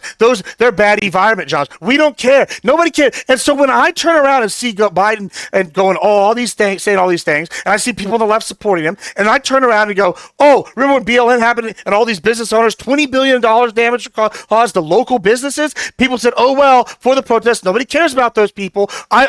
People got mad. And so then when Trump got elected, and he's going, okay, there's bloat in the government, which everybody knows. I've never heard anybody ever argue about there's bloat in the government. And he starts gutting these jobs. Yeah, it's sad. People lost their livelihoods. I'll admit that. But don't sit here and try to give me a woe is me, I'm so sad story when nobody gave a shit about any of us for the past, 20 fucking years, Republican or Dem. And when we finally see somebody doing something for us and we go, oh, some people got, sucked into a bad time and got fired. Oh, well, sorry. It happens. Thus is life. Deal with it. Just like you told us. Don't sit here and try to make me feel bad for them because I don't.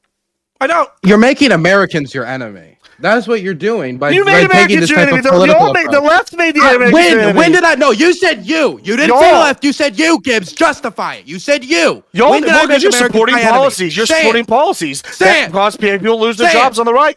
You support policies that I cause us to supported lose policy. jobs. What policy? What policy did I support? What is your immigration policy?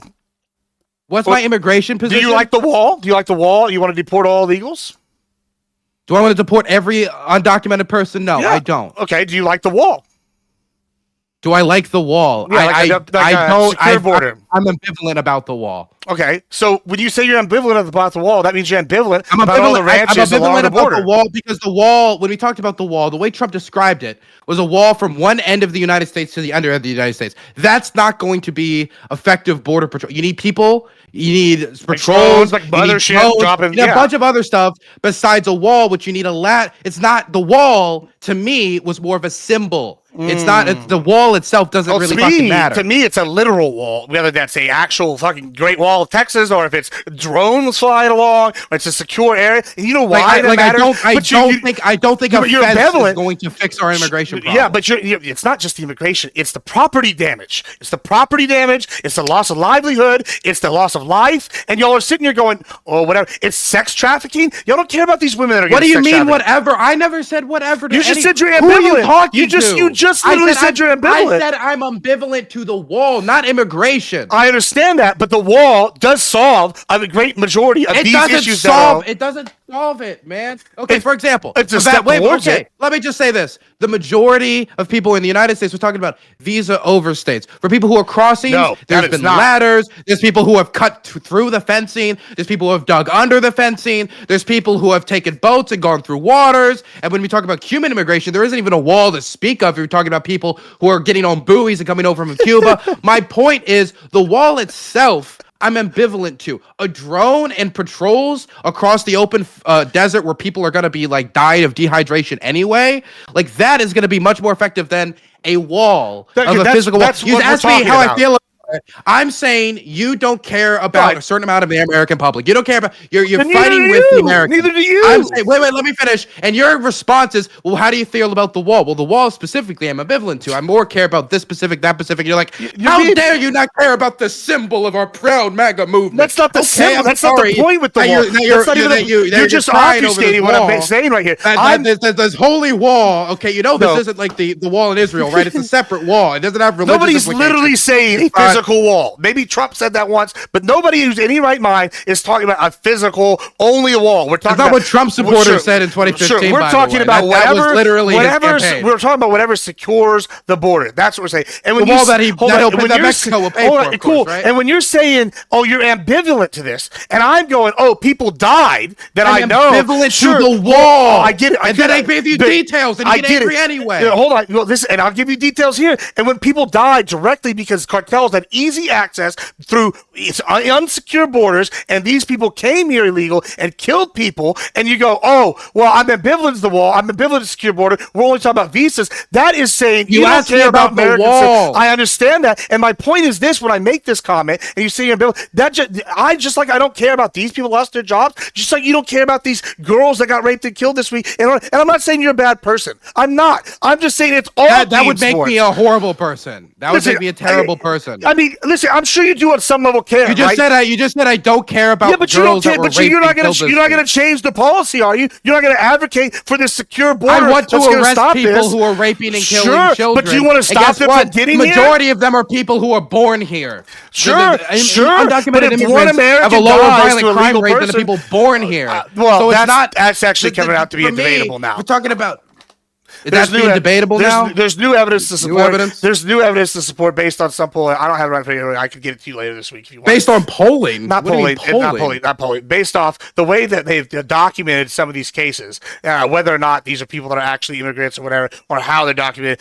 There's a big thing coming out right now. I can find it. For There's you a later big this week. thing coming out. Yeah, Okay. it's Well, I'll debatable. wait for the big thing. I'll send it to you. Don't worry. And you can. I'm sure you could yell about it. It'll be real mad about how it's. But dude, my obscuring problem facts. here is, of course, I don't want anybody to get raped and killed. But like, my problem here is, I'm talking about people losing their jobs, and we're also talking about the process in which people are losing their jobs. And the response you had talking about was, people dying. like, for example, when you bring up a person getting raped and killed, I'm not going to go at the little violin. Maybe it's something I don't know about. Maybe it's something you don't know about because you're not from the federal worker community. You know, you work on a ranch. You're not a Fed. You're not but one I of mean, those people. but y'all didn't care about the oil workers either. Y'all said go find jobs coding, and I'm like, you're gonna go from a $120K a year job to a Y'all. 40 or 50K a year job, and like this is what I'm Gibbs, saying. can People on the left. If you ever want to talk to me again, Gibbs, if you ever want to talk to me again, talk to me. Sure. Okay. Fine. Like, are you arguing that you didn't advocate for policies that got American oil workers fired? Is that what you're honestly telling me? What do you mean? What policies did I advocate for? I mean, you advocated for Biden. Is that correct? Like, you liked Biden as your presidential candidate back in the day? I voted for Joe Biden. Okay, so you voted for a person that implemented policy that got American oil workers fired, correct? He also got other ones hired, but yeah. So, okay, and which I see as an equivalent to me voting for Trump, who got American federal workers fired. Do you see an equivalency there? Gibbs, my question isn't about whether, because if I can vote for Biden and disagree with a certain policy, you can vote for Trump and disagree with a certain policy, as you've told me in the I've past. done that, Gibbs, yeah. let me finish. But when I finish, the difference is I wouldn't go in there and be like, look at all these oil workers, their kids can't eat, which seems to No be one's doing that. the style of politics that, no, that's what you're doing. When you say, when we talk about federal workers losing their job, by the way, illegally, by the way, the Constitution doesn't matter when it comes to this, but the power of the purse dictates that Congress makes these institutions, Congress destroys these institutions. It is not the president unilaterally getting the authority to destroy the CFPB, which returned $20 billion to American consumers. Over 200 million Americans have benefited from being returned money by the CFPB. That was destroyed unilaterally. That was created by Congress after the 2008 financial crisis to help people who were getting scammed by these institutions. Now it's dead, gutted by the richest man in the world, even though the power of the purse lies with Congress. These firings are done in the same manner. So it's not even just a question about the morality of firing these people, whether USAID has a role, whether the CFPB has a role, whether the U.S. Department of Education has a role, whether any of these things have a role. It's a question of he doesn't even have the right to do it. Why is it unconstitutional? Because the way the Constitution is set up. If Congress, the way the Constitution's set up, tell me how Congress doesn't. If they create a department in government, how the president could just get rid of it. Okay, so all right, you know about the Prime has brought this up before. That's in 1984 Internment Act. Is that the one the left keeps using? I feel like a lot, where they keep saying that Trump's violated this. And so basically, this is the legal theory that maybe you can tell me where I'm wrong on this. Say he guts USA completely, gone. Right? And the Congress has budgeted, I don't know, let's just for the sake of this argument, make it a nice round number, $1 million for USA, and he's gutted it. And he says, I don't want to spend it in USA. To me, there's no reason I couldn't see him going, well, as long as he puts some other people in USA and they spend $1 million, why wouldn't that be fine? If he started using USA to send it to right-leaning NGOs, that'd be accomplishing the same goal, and the left would have a problem with that, though, right? Like, what if he started doing that? Would that be fine with you then? If he started spending all the money for, I don't know, Trump aid to go into the exact same thing, would that be fine with you? If it performed the same circus, the same thing, like the same aid or the same whatever, sure, as long as it wasn't direct profiteering. Yeah, as long as it's not direct profiteering, but it started instead of going to like left-leaning NGOs, started going to right-leaning NGOs. You'd be cool with that? I don't care. Okay, well then, I'll give you credit. You're probably I care that there's children who are dying because they can't get the AIDS medicine that we were the ones giving them before. Yeah, and the reason we stopped isn't because our country had a debate that we should stop sending them AIDS medicine, and it passed through Congress, and everybody's duly elected representative said, you know what, I'd rather these kids pass so we can, or I'd rather deal with the scenario where these kids might die because we need to save our budget. That's not what happened. What happened is the president went in there unilaterally and said, we're just gutting this. We're abandoning our staff in Africa. We're not getting them rides home. But why are we spending money on institutions? Like 4 years ago, what's his name? Langford. No. Stop. Before we have that, we can have this conversation. But this is not a question of should we be spending money in Africa. This is not that conversation, Gibbs. The conversation is who determines how we spend our money. It is Congress. It is Congress who determines how we spend our money. It's for USA. And it is not the president of the United States unilateral job to choose how we spend our money. They just give the money to the whole program. The program, or not the program, the little thing, just what is USA, the organization. There you go. I couldn't think of the word. I don't know what I was blanking. Decides how they spend it, right? And you just agreed with that, right? So if they decided, Congress decides how they spend it. No, Congress says it's for USA, correct? This is the reason why Congress has to be the one to decide this. When we make these budgets, it's not here's USA. You got $20 billion. Good luck. It's here's $20 billion. $1 billion is to be spent on this aid program, and this is supposed to be spent on hygienic gear. This is supposed to be spent on medical gear. This is supposed to be spent on XYZ. Now, what institutions you go to get those services, that could change. That could be determined by the leadership. But that's why it's Congress's job. That's Congress's job. Sure, they say it should go to these things. It should be spent generally for these things. They don't get down to the exact nitty gritty details. Oh, you need to spend this. They get pretty specific, detailed, but it's not like the coffee cup, right? I'm not going to argue. Here's the thing, though. This is what Trump campaigned on: is that there's bloat. It needs to be gutted, right? And then we might go look at. I don't care. Okay, cool. Why does that matter? So you don't care about that? You don't care what these American people think? Why should I care about that? No, it's not. It's not. No. It's not a question about the American people think. It's a question of our system. If we change the rules of the system depending upon who's in power, yes, there's fraud and waste in the government. That does not mean that, number one, U.S. aid has been proven to be 100% fraud and waste. Okay, and when you destroy an organization, well, yeah, but when you destroy an organization, like, unless he can prove it was 100% fraud and waste, it was literally a fake organization created by Congress just to grift, then you don't have the right to just get rid of the organization without Congress. Even if it's not a grift. Or like, for example, the CFPB, the Consumer Financial Protection Bureau, that's for American people. That's not for Africa or China or wherever. That's 20 billion people. $20 billion back in the pockets of Americans. Whether it's controversial doesn't matter. That was created by Congress. It is Congress's job to get rid of it. Why is this so hard for people who have supposedly read the Constitution front to back to understand? That's the process. That's Article 1, baby. I mean, so if he runs on getting rid of these things, and then he gets elected, and he starts getting rid of these, it doesn't matter if he ran on. If Biden ran on putting every single conservative in a big old jail because but he's well, let been me finish. winning. Let me finish. If and Biden won, that doesn't mean he has the right to do it. And even if and plus Trump didn't say I'm going to get rid of the CFPB without Congress. Trump said he's going to get rid of fraud and waste. Now, when you hear fraud and waste, oh, people stealing, oh, wasteful spending, oh, they don't think, oh, the CFPB, which Americans are actually divided on and Congress is divided on. That's what they heard on the campaign trail. So even if we could say it was all fraud or waste, I disagree with that assertion. But even if we were to agree to it, it still has to go through Congress. This is all being done unconstitutionally. Why does the Constitution only matter when it protects your side? First of all, it doesn't. But second of all, it's debatable whether it's unconstitutional. It's in the courts. The Supreme Court. It's not debatable. It's not debatable. Whether it's in the court doesn't make it a debate. Wait. So if the Supreme Court rules a certain way, it sure means that. They're the Constitution experts. That's why they're in the Supreme Court. If they all. So you're saying that what authority does Congress have then if they don't have spending authority? There's all sorts of authority. They make the laws, bro. No, this is the problem. Okay, but you need the money Supreme Court's to literal enforce. only job is to interpret the Constitution. So if the Supreme Court the says problem it's is though, constitutional, if you don't control the money, you have no power. If you want to, for example, declare war, but then you cannot gather the funds to war. For example, let's say Congress voted to go to war. No, let me just run this scenario out as to why this is important for Congress to have this authority. Congress votes to go to war. Right? We go to war with Canada because Canada bombed a church. Doesn't really matter the specifics. Bombed a church. We're angry about it. Congress votes 100-0. We're going to war. Right? We're assuming that we lost a bunch of people along the way. The bombing was very brutal. We lost a lot of representatives. yeah, we're going to war with Canada. That's fine. Go ahead. Okay, whatever. Okay. You're going to war in the Senate.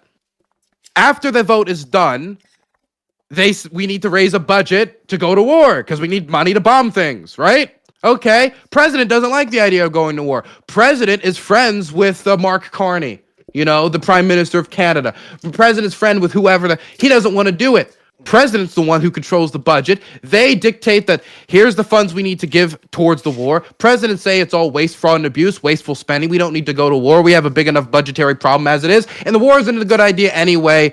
You're not going to get those funds. Then what? Then we declared war with what budget? With one means to implement war. With what means to implement what we had. That's why Congress needs the authority to control spending, to locate spending. That's not even talking about stopping the wastefulness and graft from the executive. Because if the executive can just choose where the money goes without Congress's hearsay, I would say, the chief executive has less, people checking them in Congress with how many people are involved in the congressional body. There's more opportunities to graft in that way, in my experience. So let's at least that's how Yanukovych and others historic revolutionary grafters have done it. Let's just use your own example. Okay, so we're about to go to war, Canada, and Trump doesn't want to go to war. So okay, he decides they budget. Congress has declared war and they budgeted out whatever for the war. And Trump decides, okay, well, I don't want to go on war, so how can I stop this? Well, the way to do this, Commander-in-Chief, is that we're going to do what we call defensive war. And he decides he's going to spend all the money on the tanks that they want, all the money on the aircraft, and then, they need to build bases. Well, he's going to build entrenchments all along the border, but he doesn't send anybody actually in to Canada, but he sets up defenses all along the border, and, if they ever intrude, he fights them. But he doesn't go into them. Would you, say in that scenario that he's met the budgetary obligations and the war requirements that have been required of him?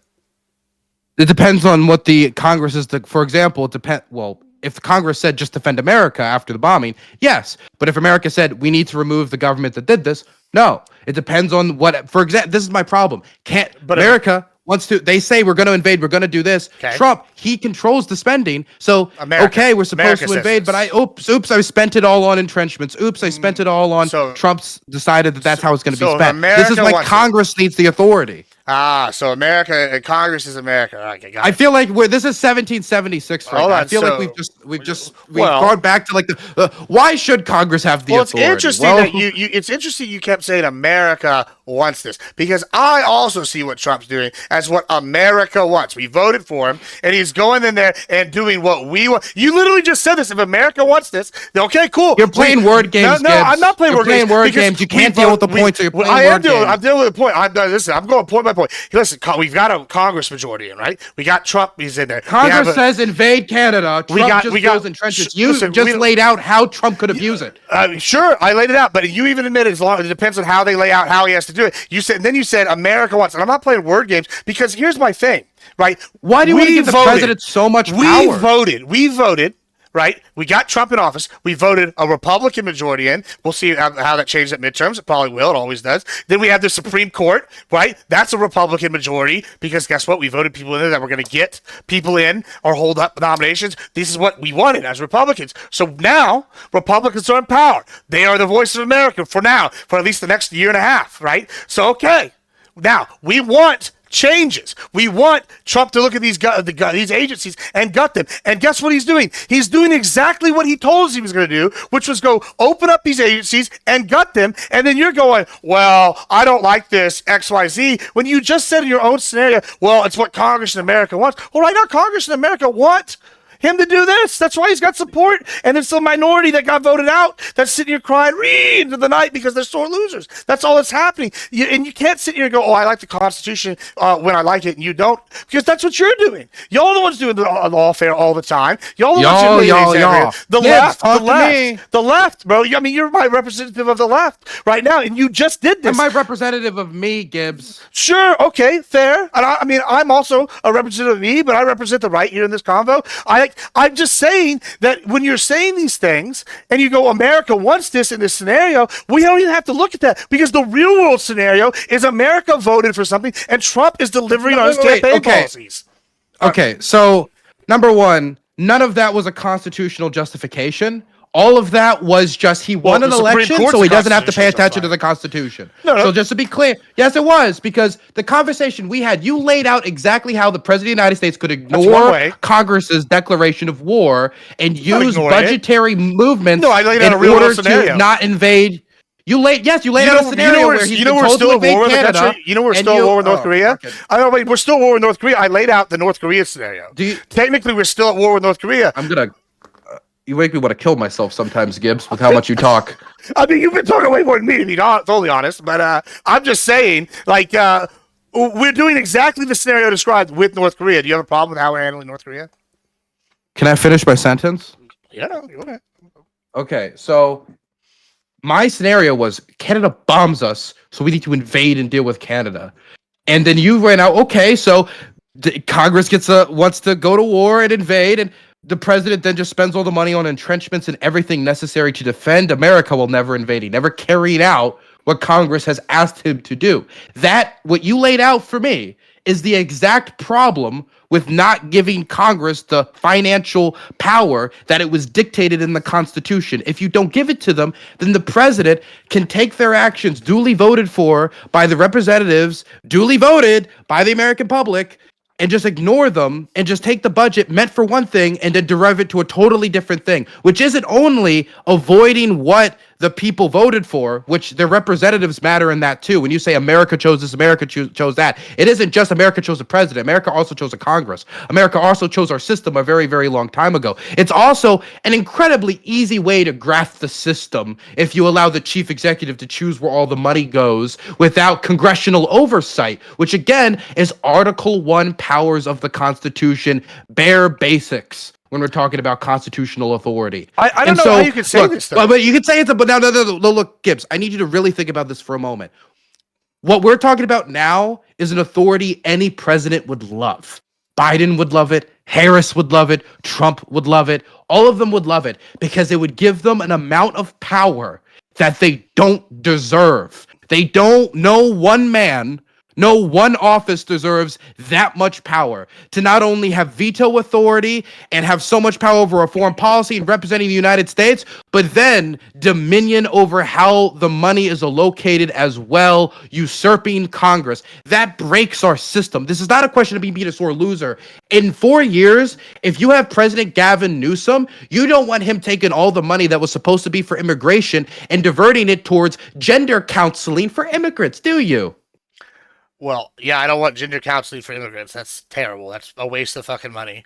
Just like, I'll tell you another one that's my point, though. That's even less controversial. But like, why the fuck are we spending $200K, which is a small number, studying a dead butcher's language in France? I don't want to study that. I don't want American taxpayer dollars going to shit like that. Like, I'm sorry, whenever you say this. Now, as for what you've been saying this whole time being unconstitutional, I've been over here doing a little research. Trump 6 hours ago said directly, and I quote, to follow all Supreme Court rulings going forward to make sure. So Trump is even saying, hey, listen, I'm not trying to shake the boat, but don't break the law. The Supreme Court says we can't do something. Don't do it, right? He's already saying that. He just said that. 6 days ago, the Supreme Court ruled that he can fire agency heads and all sorts of other people, but they want the multi-level Agency structure. heads, You know, sure. not completely gut institutions without congressional oversight. I mean, it's not even the oversight. It's not like you just don't like who the oversight is. That's the problem. He's got oversight in there.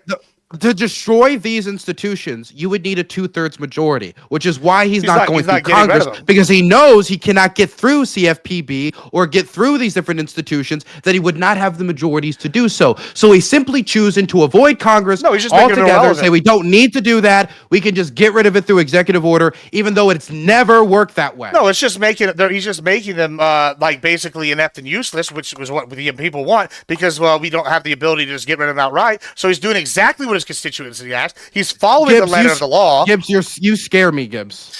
The reason you scare me, Gibbs, it's not just you that scares me. It's the whole right that scares me, because I was always of the thought that I was going to have to spend the rest of my days, when I was young and naive and first getting into politics, arguing with lefties about gun control and how it's unconstitutional to gun grab, and arguing with people about, hate speech is free speech, whether we like it or not. And I thought that was going to have to be my future of constitutionality. And every once in a while, I'd have to go over to the right and say, hey, birthright citizenship is still a thing. Yeah, it's you can't just ignore it.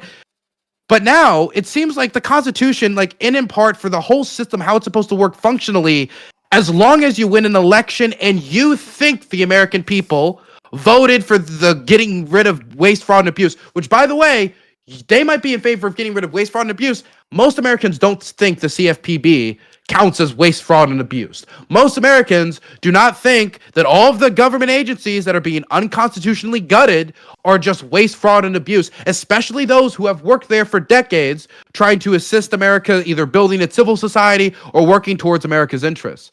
All right, let me ask you a question. Who is the arbiter of what is constitutional? In our, because you proclaimed the Supreme Court, right? The Supreme Court. So you're advocating that you want the system to work as the Constitution intends, and the Supreme Court is the final arbiter of whether it's constitutional. Yes? Yes. All right. So whenever I look at things and Trump says, and I quote, this is direct quote, follow the Supreme Court rulings, okay? Okay. That means follow the supreme arbiters of what is constitutional. That's what he just directed his heads to do. And then I see the Supreme Court ruling in favor of him on several issues going forward on this. I feel like it seems like what you're going forward on is what? Going forward on firing what? people. On what I was just saying? Yeah, on firing people, on gutting agencies. Don't play word games. I said my problem is destroying constitutionally created organizations without oversight. That's my problem. Mine doesn't have to do with firing one guy or even firing a bunch of guys. Mine have to do with the fact that Congress said that this organization should exist, and President Trump said, I don't care. So Congress said that agency exists. The Constitution didn't say it, correct? But the Constitution gives Congress the power to create. Correct, right? And but also, Constitution also gives what? The Supreme Court the final say on what's constitutional, correct? Yes. All right, so Trump, now follow along my logic, if Trump is saying follow Supreme Court rulings, and then he's following all the rulings when they come out of the cases, and the Supreme Court's ruling in his favor, then it seems to me like in some cases, he got a 9-0 ruling against him in the recent Maryland father case. And what? Okay, sure. That's which one's that? That's the case of the people the person that was deported in an administrative error. Yeah, that one. That one I disagree with. He needs to bring that guy back. All right, but so that's fine. Like when we're sitting here and they follow these things, he's following them. As far as I know, we'll see how that one turns out. I hope they go and get him. If they don't, I have concerns. Right now, Trump's trying to lose this guy in a prison. Like you see, Trump like. I'm sorry to divert, but we've been focused. We had a bunch of other things on the issue, and I do want to make sure we get to other things. Yeah. But on this Maryland father case, quickly, like Trump is clearly just trying to pretend he can't do anything.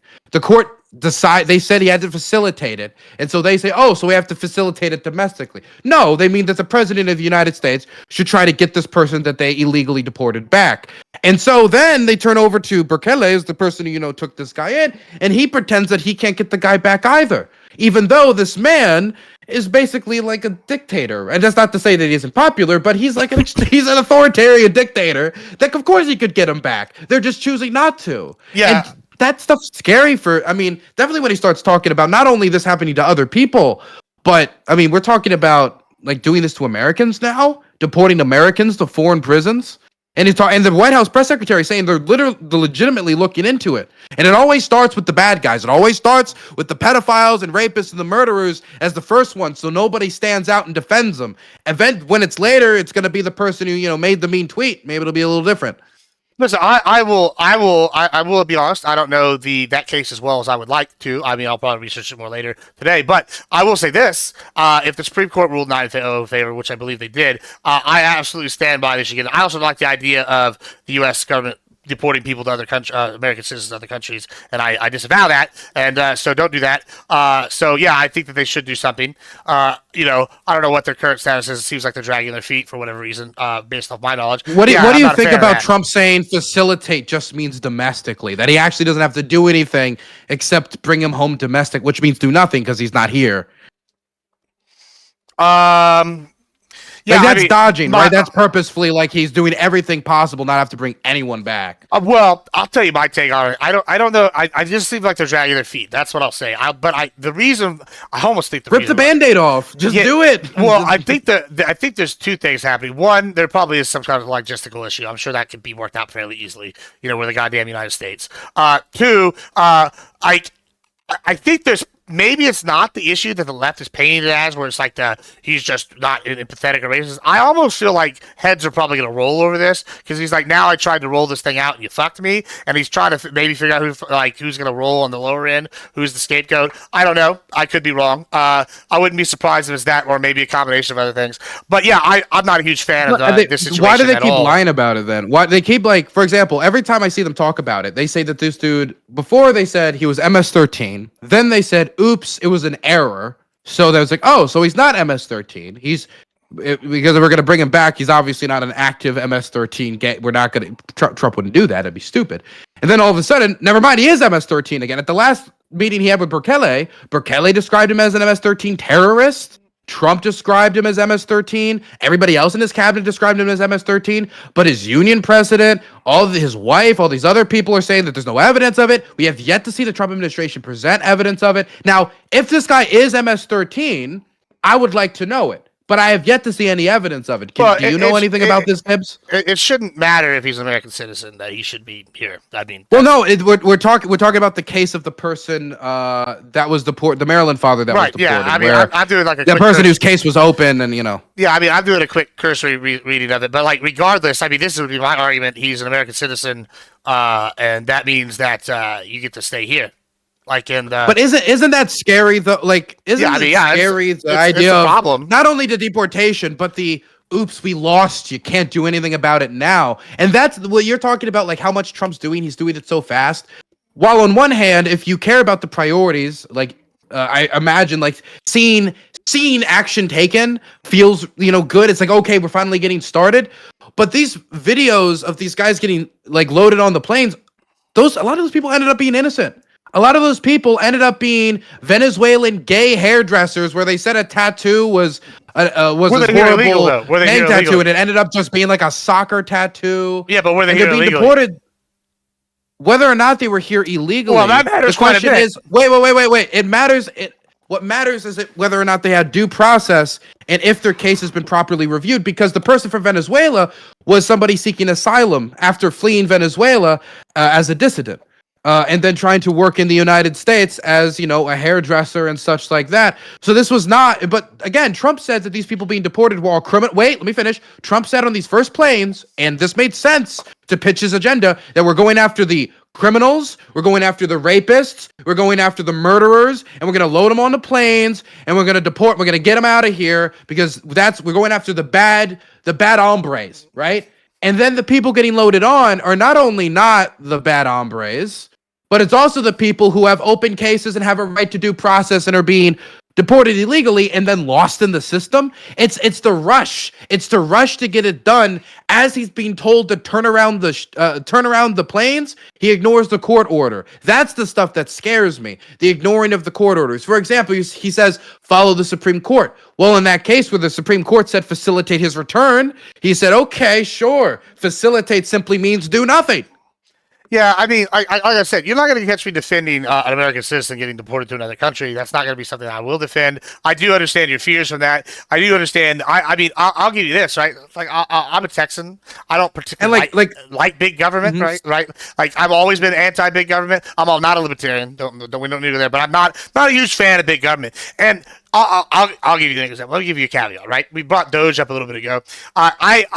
When Doge was implemented, I said this very loudly. I was like, listen, this is probably just going to be another big organization that's not going to try to do anything. Now, I have been so far impressed about what they've done, but then I followed it up with, oh, well, even if they've done good, I'm worried about how the next guy will use it, right? And, I don't like the idea of the big government, very much at all, right? So whenever you're saying, yes, is this scary? Yeah, I absolutely think it's fucking scary. I don't like the idea that someone can be deported to another country, but all kinds of shit's scary, Harry. And, I don't want to say for the greater good because I don't believe that necessarily, but I do see overall him attempting to address these issues that have been brought up. Like, I get that you say this person over here is an asylum seeker, right? However, but if you came here illegally, without due then you gotta go. though. I'm sorry, if you're here illegally, But you gotta go. To be clear, when we say to greater good, that we're using I hate to be like that, but we're using like Commissol party logic. Like, we're like, for the greater good, we must harvest the grain. I'm not even saying that, though.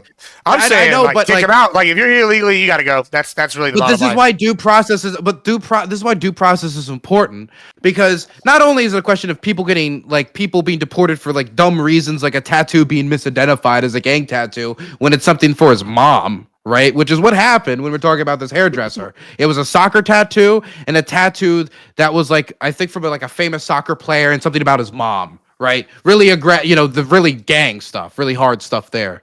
A gay hairdresser with a tattoo of his mother is the hardest image I can imagine. A gay Venezuelan hairdresser with a tattoo of his mom. I can't think of how, as an ICE immigration enforcement, you walk up to a gay hairdresser with tattoos of his mom. How do you look at that man and say, this is a threat to America, load him on the plane? It's kind of, it's a little silly. Okay, we've been going for a while, so I want to make sure we get to other topics if we can. Yeah. Just one last thing on the economy and manufacturing. We have lost manufacturing jobs because of the recent trade war. We've lost auto manufacturing jobs in Iowa and Michigan. We've lost manufacturing jobs from those who have to import components from Canada and other places in order to, place them in American-produced cars. Because there's not really many American cars that are produced by goods only. Actually, I don't think there's really any major car that's produced by components only produced in the United States. There's some that's produced 70 or 75% in the United States, but 20 to 25% of your car parts being placed with a 10 to 25% tariff. Actually, no, it's a 10% tariff, then placed upon another 25% tariff because there was a specific tariff on auto manufacturer, auto dealers and stuff like that. And the amount of tariffs get placed, it changes depending upon how many countries you pass through. So if it was something, for example, made in Canada, sent to Mexico, and then sent to the United States, you're actually stacking the tariffs. And so some of these companies have decided that it would make more sense to lay off the workers who are on these lines that are relying on those components, because they understand that the prices they're going to have to pay on those American manufacturing cars are going to lead to less consumption. And we're seeing stock increases for O'Reilly Auto Parts in relation to this, because the market is making the bet that people are going to repair their cars instead of buying new American-made ones. I cannot hear you. Oh yeah, I was just Scotty. That's interesting. The O'Reilly Auto Parts thing. I didn't know that, but it would be something to look into what the ripple effects of that would be. But yeah, I mean, I don't know. I see this argument, right? But let's talk about a little more about the deportation, right? Because it does tie to the economy. Kind of what you just said about the manufacturing jobs. I've seen people argue that food prices are going to fly up. Right, I've seen people talk about how overseas now with the tariffs, all these things, it's going to cause things to drive up. When what's interesting to me is I've always argued that the Republican Party and the Democrat Party never actually switched. The Southern Democrats just became the modern Democrats.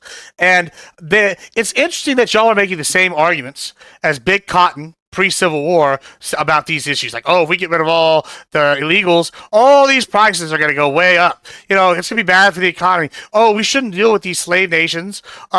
We should like dealing with them is fine. It's okay because guess what? It's going to keep prices good down here. I didn't know that the Dems like. Why are the modern Dems so pro-slavery? I think if prices might increase, it might be a good thing if we get rid of the modern day wage slavery with illegal aliens.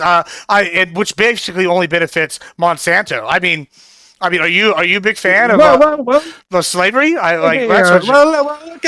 at here, good sir. That's what you're doing. I do say so right here that over here in the look. You just need a mint julep and you got that perfect. This is reducing what slavery was. What we have is undocumented people who have moved into the United States because they wanted to seek a better future for themselves, not people held under gun, forced in order to produce goods with no pay except of basic lodgings provided to them. What I would like to see in our immigration system is, of course, if anybody's a violent criminal, I don't want them in the United States. But for those like the Maryland father who was deported, who was working in, I believe he was working in production of aluminum in the United States. He was literally working to build this country in America. That's the type of people I would want here, and I want them to be naturalized. I want them to be become American citizens so they can contribute and continue to build a better future for themselves and their family, and use that personal familial devotion to see a better future for their family turned into the same devotion that all of our families came from when we saw the Lady Liberty and came to Ellis Island. That's what I would like to think have, not slavery. Well, I mean, so it's interesting you say that, right? Like, I always talk about what the American dream is, right? And I have a good friend. His name is Juan. And this man was illegal. And he became legal. He works 3 jobs to this day. He's popping out 3 kids. He tells me, "Oh, I live American dream." I'm like, "Why? What's going on, John?" He's like, "I just bought a new Porsche. I got a new house. I got a fat American wife. Oh, life is good, Gibbsy." And it's crazy because I see this guy doing it, right? And I'm like, if this guy with no American education, I don't even know if he had an education in Guatemala, can come here, learn a whole new language, and work 3 jobs and make it. You know, I think the American dream is alive and well if you want to try hard enough, right? And became a citizen. It's great. It's really a feel good story. Now, I'm absolutely. The waiting lines are killer, man. Sure, the waiting lines are killer. I'm actually very pro-immigration. I know this is gonna be a rare Republican thing. I want a secure border and I want an easier immigration policy, and so we know who's coming and we get more people that want to work. And because I think there's benefits to having big immigration. We see that all the time economically. Now, I want it legally done, and that's a big portion of that. And I think the people that have jumped this line, because there is a line, and it's unfair to people who have had to do this the legal way and worked for all those years. You talk about fairness, that's unfair. Here's the thing, right? But I also... It is true that deporting a lot of these people are going to have a negative. If we deport everyone who's here undocumented, we're going to see a real contraction in the economy, and we're going to see contractions in specifically industries like construction, which are highly reliant on undocumented labor. And when we have a housing crisis where we need to build, that might be a problem if you really want to approach that. And so I don't think deporting every single person who here is undocumented is necessary. Definitely, if we can come to a mutually beneficial agreement with the people who are here to help naturalize them, as long as they're productive, healthy members of society, and they're not, doing something that would be uncouth to their neighbors or whatever. So my thing is, I understand that we want to have laws and we want to have borders, but we also need to understand that the passion of a man willing to fight for a better future for his children is not something that will ever be constrained by borders. And so we need to make it easy enough for them to fight for them for our benefit and their own. And we currently don't have that system. And so people are going to jump the line because they love their children more than your laws. Well, let me try to build a bridge with you, right? Because I think our immigration policies would be kind of similar based off what you said so far, right? I'm okay with everything you're saying. Right, I'm just a little more harsh on the security aspect than if you came here legally, right? But on the other side, this is what I offered before the election, and this wasn't to you, right? But I offered this on multiple panels. I said I would be willing to even say, let's give blanket amnesty And I broke from my conservatives. If we set blanket amnesty and we even give a date, like January, this was like in 2020, like three, like at the beginning of the year, a date of 2025 of January 1st. So about a year, a little more than a year, right? To come in here. If you're here before that time, all you gotta do is show up and we'll give you your citizenship, right? But I want y'all to grant me after that date, we build the greatest DMZ border style shit on both sides of the border, on the Canadian border, on the southern border. And I brought this proposal to all sorts of people. And the Republicans, although they're like, well, I don't really like the amnesty, my fellow Republicans, they were like, we would give you that deal because we would eventually get the secure border, and these people that are probably, most of them want to work. We'll even grant them that. And I was like, oh, interesting. And when I took it to people on the left, and this wasn't you, they said, no, we will not do that. Absolutely zero possibility. And I, for the life of me, I can't figure out why. Because it seems like it was giving them what they wanted, and then it gave the Republicans what they wanted. But then when we talk about, like, you and I try to build a policy where everybody can win, okay, well, there's many on your side that won't play that game. Like, would you have taken that deal? Sorry, could you say that one more time? The specific deal, could you shorten it? Yeah, sure. Basically, if you're here, so this was about a year before the 2025. I said, hey, if you have till January 1st of 2025, if you're here in America, you get full citizenship amnesty, or you get naturalization path. But you're gonna get whatever the Dems want on the max on the immigration. Let's give it to them if you're here illegally. Then on the flip side, at the same time, after that date, everybody's gonna kind of come legal. And we're going to have the biggest border security set up DMZ style ever. So that we, on both sides, there in Canada. I would do it on the conditions that however we set up the border was not so, and it's just going to be hard, was still overbearing that it slows down trade to a point that it's going to hurt border communities, or it's going to hurt those who are relying on that, as well as making sure that the wait times aren't like 20 years, so somebody has a kid, wants a better future for them, and is told, well, only once your kid has properly joined one of the local gangs are your case even going to get seen. Yeah, I mean, I would agree with. I would definitely want more judges hired. I want the process speed up, like all that. Like, and I've offered that, but they didn't want to give me the security aspect. And so I feel like there's a large contingent of and they're old school Republicans. I'm fine with the security aspect as long as it's not like literally like somebody crosses the border, you dome them, right? Like you. Sure. Yeah, cool. Oh, cool. Then that's what I'm saying. I want to secure so anybody that comes here, after this date, you have to come legally, right? And it doesn't harm trade, but we got drones and heat, whatever it takes, right? And be clear though, a lot of the people who are coming are people who are coming to, like, when they cross the border, they immediately go to like immigration officials and they say, "I am seeking asylum," right? So under the system, like, you're still going to get all those people.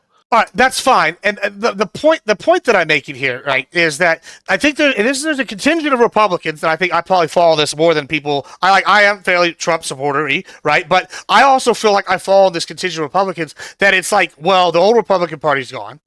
The modern Dems, there's no middle ground. You can't work with them. And when we offer things, it's like, y'all are like, no, we won't give you the security even if you give us the border. And so it's here's another example. I'm fine with voter ID. Okay. If that's interesting. The government gives you the voter ID right when you become 18. You turn 18, the government's like, welcome to voting. Here's your ID. You don't need to go sign up to anything. You're now in the system forever, and you're taken out when you die. If you want to vote, you want to vote. If you don't, you don't. Yeah, but you have the ID to do it. Yeah, we'll send it to you once every 2 to 4 years if you lose it. Yeah, or you might have to go down for a new photo, but you don't have to pay.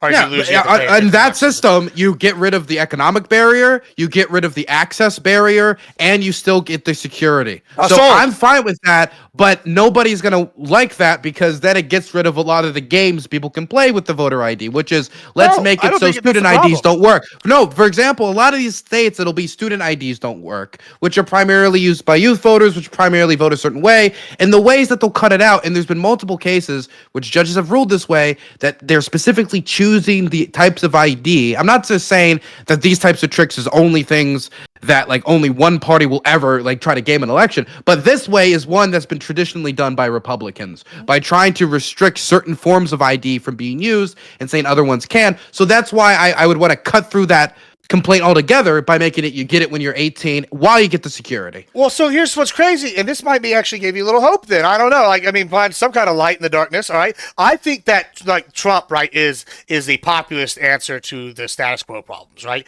I think that Bernie was kind of the populist answer.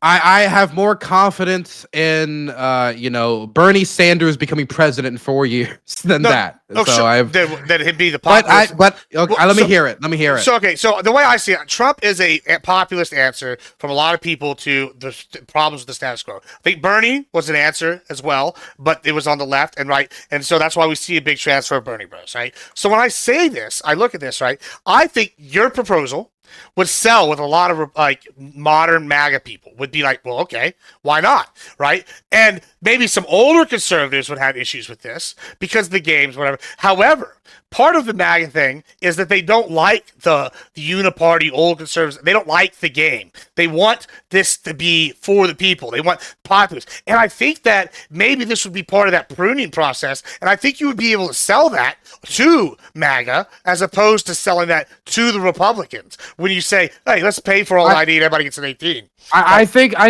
I have never met a Republican on one-to-one basis that I say this and they are like, no. There's some people who are like, it should be hard to vote. It shows that you care by going through the process. Yeah, I've met some people who think that, but this is the problem. Like, not everybody, like, voting's not their number one priority. They care about their kids. They care about this. They care about that. Some people are already dissuaded with democracy, and they're like, it's all a fucking scam anyway. And if they interact with the system, and then it's hard to interact with, they're going to be like, I knew it was a scam, and they're going to walk away. And I don't want that to be our system. I would want people to feel that it's easy to participate because I want them to be encouraged to participate because then we'll all be better when we have more people thinking about solutions to our common problems. Yeah, I mean, and that's kind of the point, I think, is that people are sick of the status quo, and that's why Trump got elected, and that's why Bernie had so much support, right? People want a drastic change. And it's interesting to me, because we brought up the economy, we brought up Doge, that 5 years ago, 2 years ago, but to be clear, 6 months ago, Trump is now a representative of the status quo. He's going to become a representative. He's already becoming one. So the status quo, for example, the economic status quo that's going to be born by this trade war is going to be his status quo.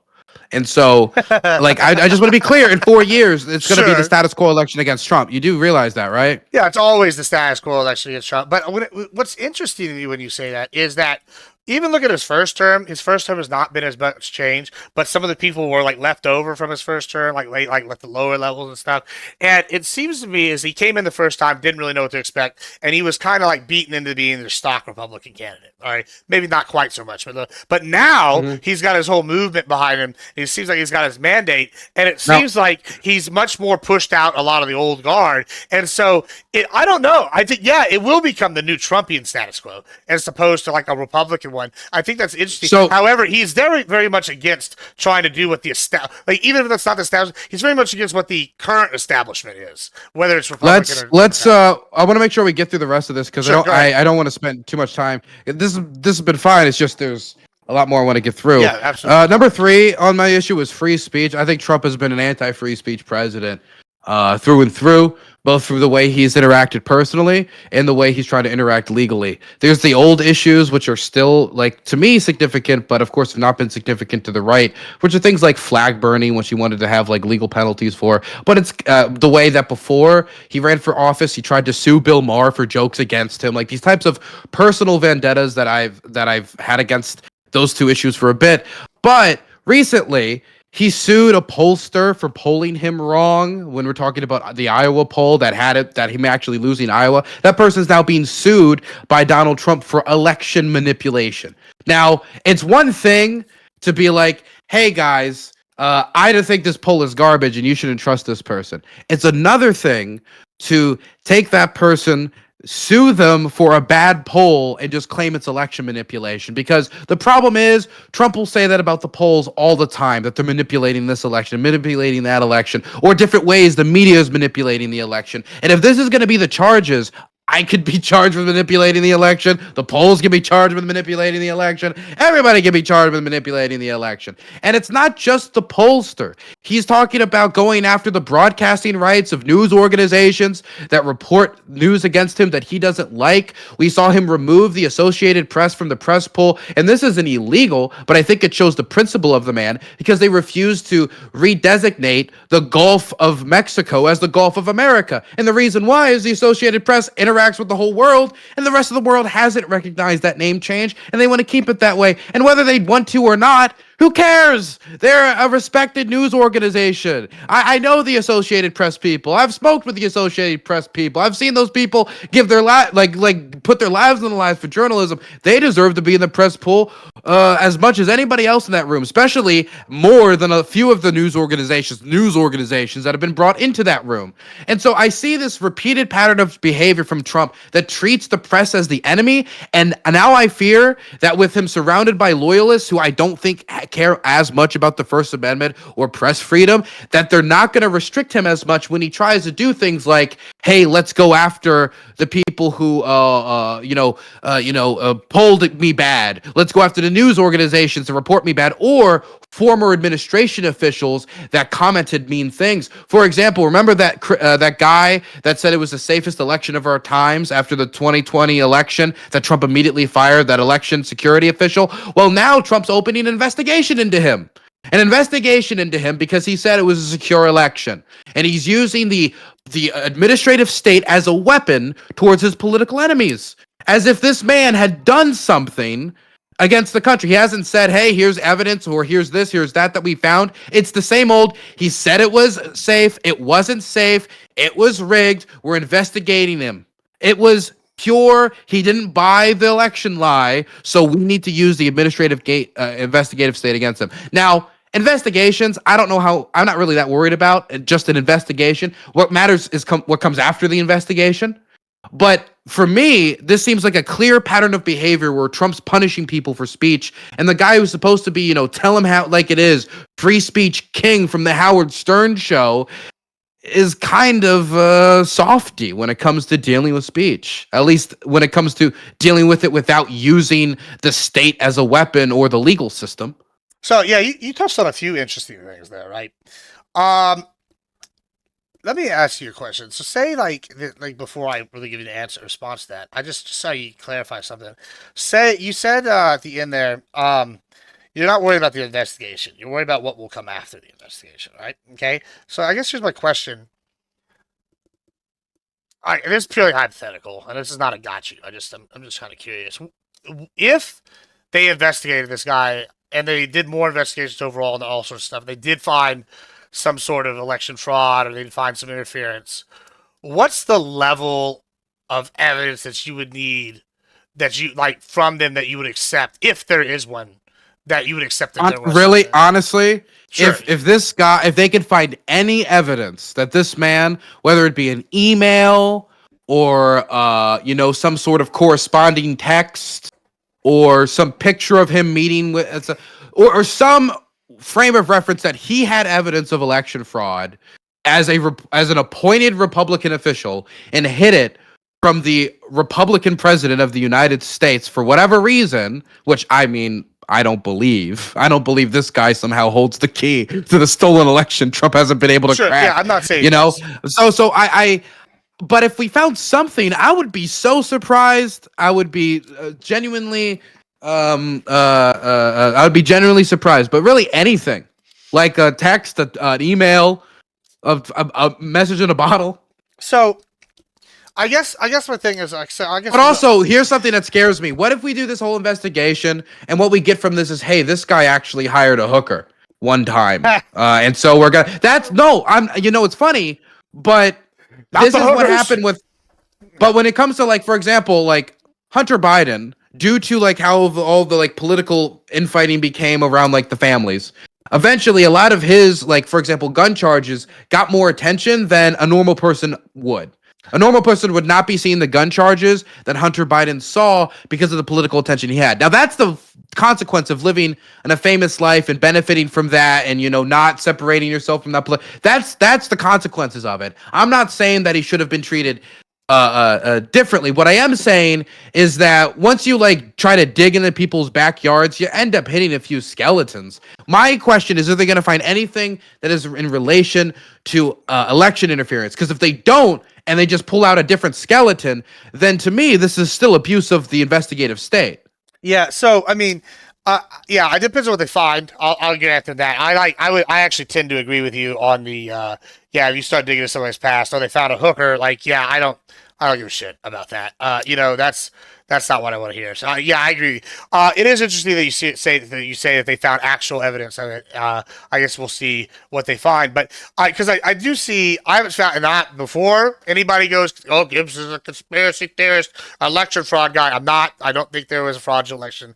I'm just going to be sympathetic to some people's point. Whenever we see like that Connecticut mayor that they're having the big that trial now, and they said the videos of those people walk or retrial, and they're having where they walked out with the ballot stuffed, and they literally are giving high fives to each other as they stuff it. I feel like that makes some Republicans go, corruption, we need to look. And now, I sure, maybe they do need to look, whatever. And I also would have to see some pretty substantial evidence to believe that let's also remember, like, he was fired right after he said it was a secure election. It wasn't like, okay, you say it's secure, let's investigate, and if it isn't, we'll fire you after. It was, you said it's secure, fired. It's impossible for this election to be secured because he didn't want it to be secure, because he needs it to not be secure so he can say it was rigged, and so the results can be invalidated. Well, that's why we need voter ID in general for everybody. But that's but we come back to your other thing. You know, I let's talk about what you first started with though. Is the pollster Trump's free? Yeah, the pollster. You think that was fine? The lawsuits against the pollster?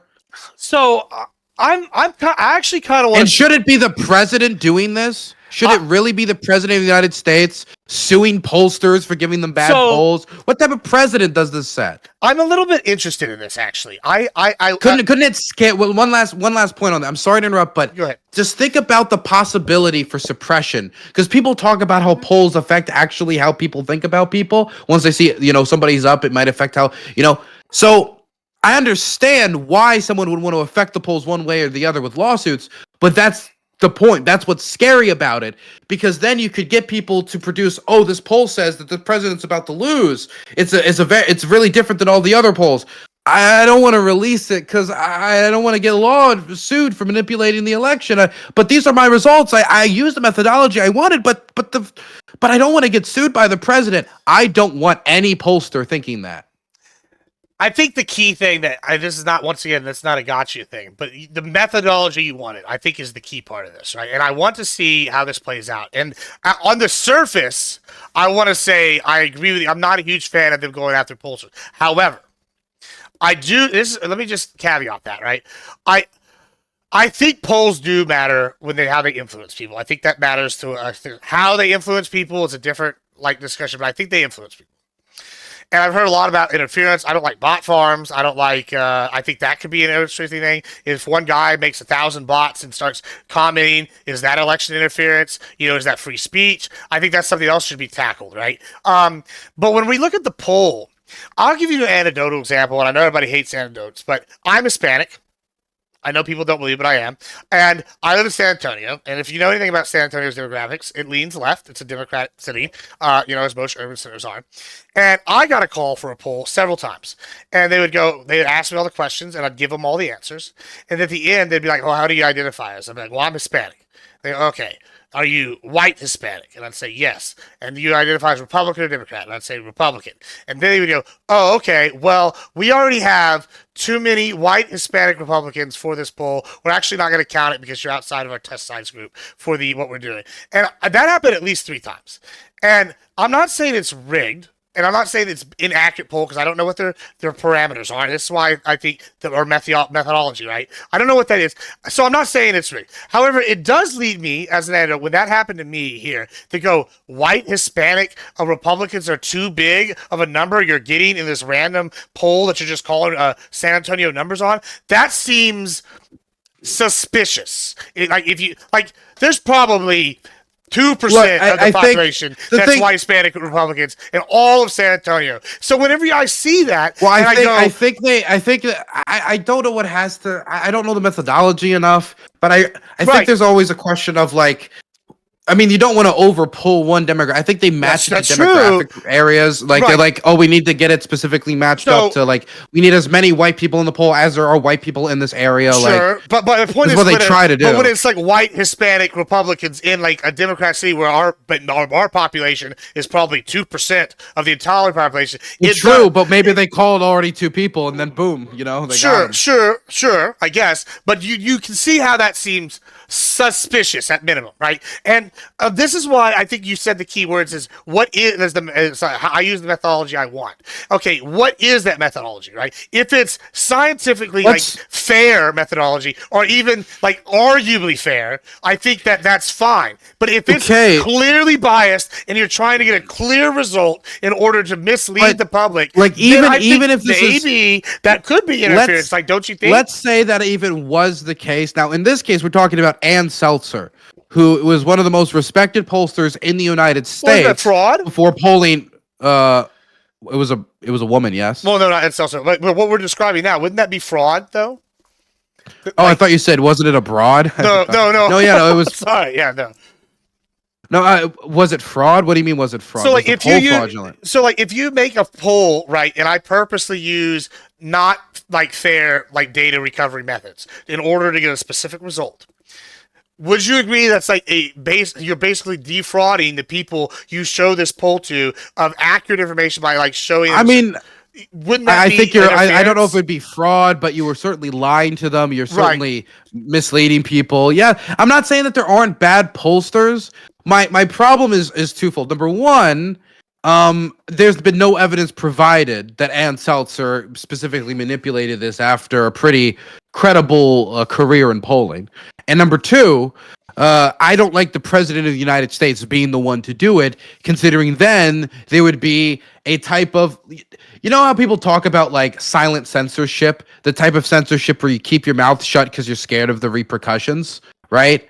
That type of censorship can be real if you establish an idea that the president is going to go after you for a bad poll for them. Okay. Wait 1 second. Somebody donate $50. One moment. Give me like 2 seconds to it.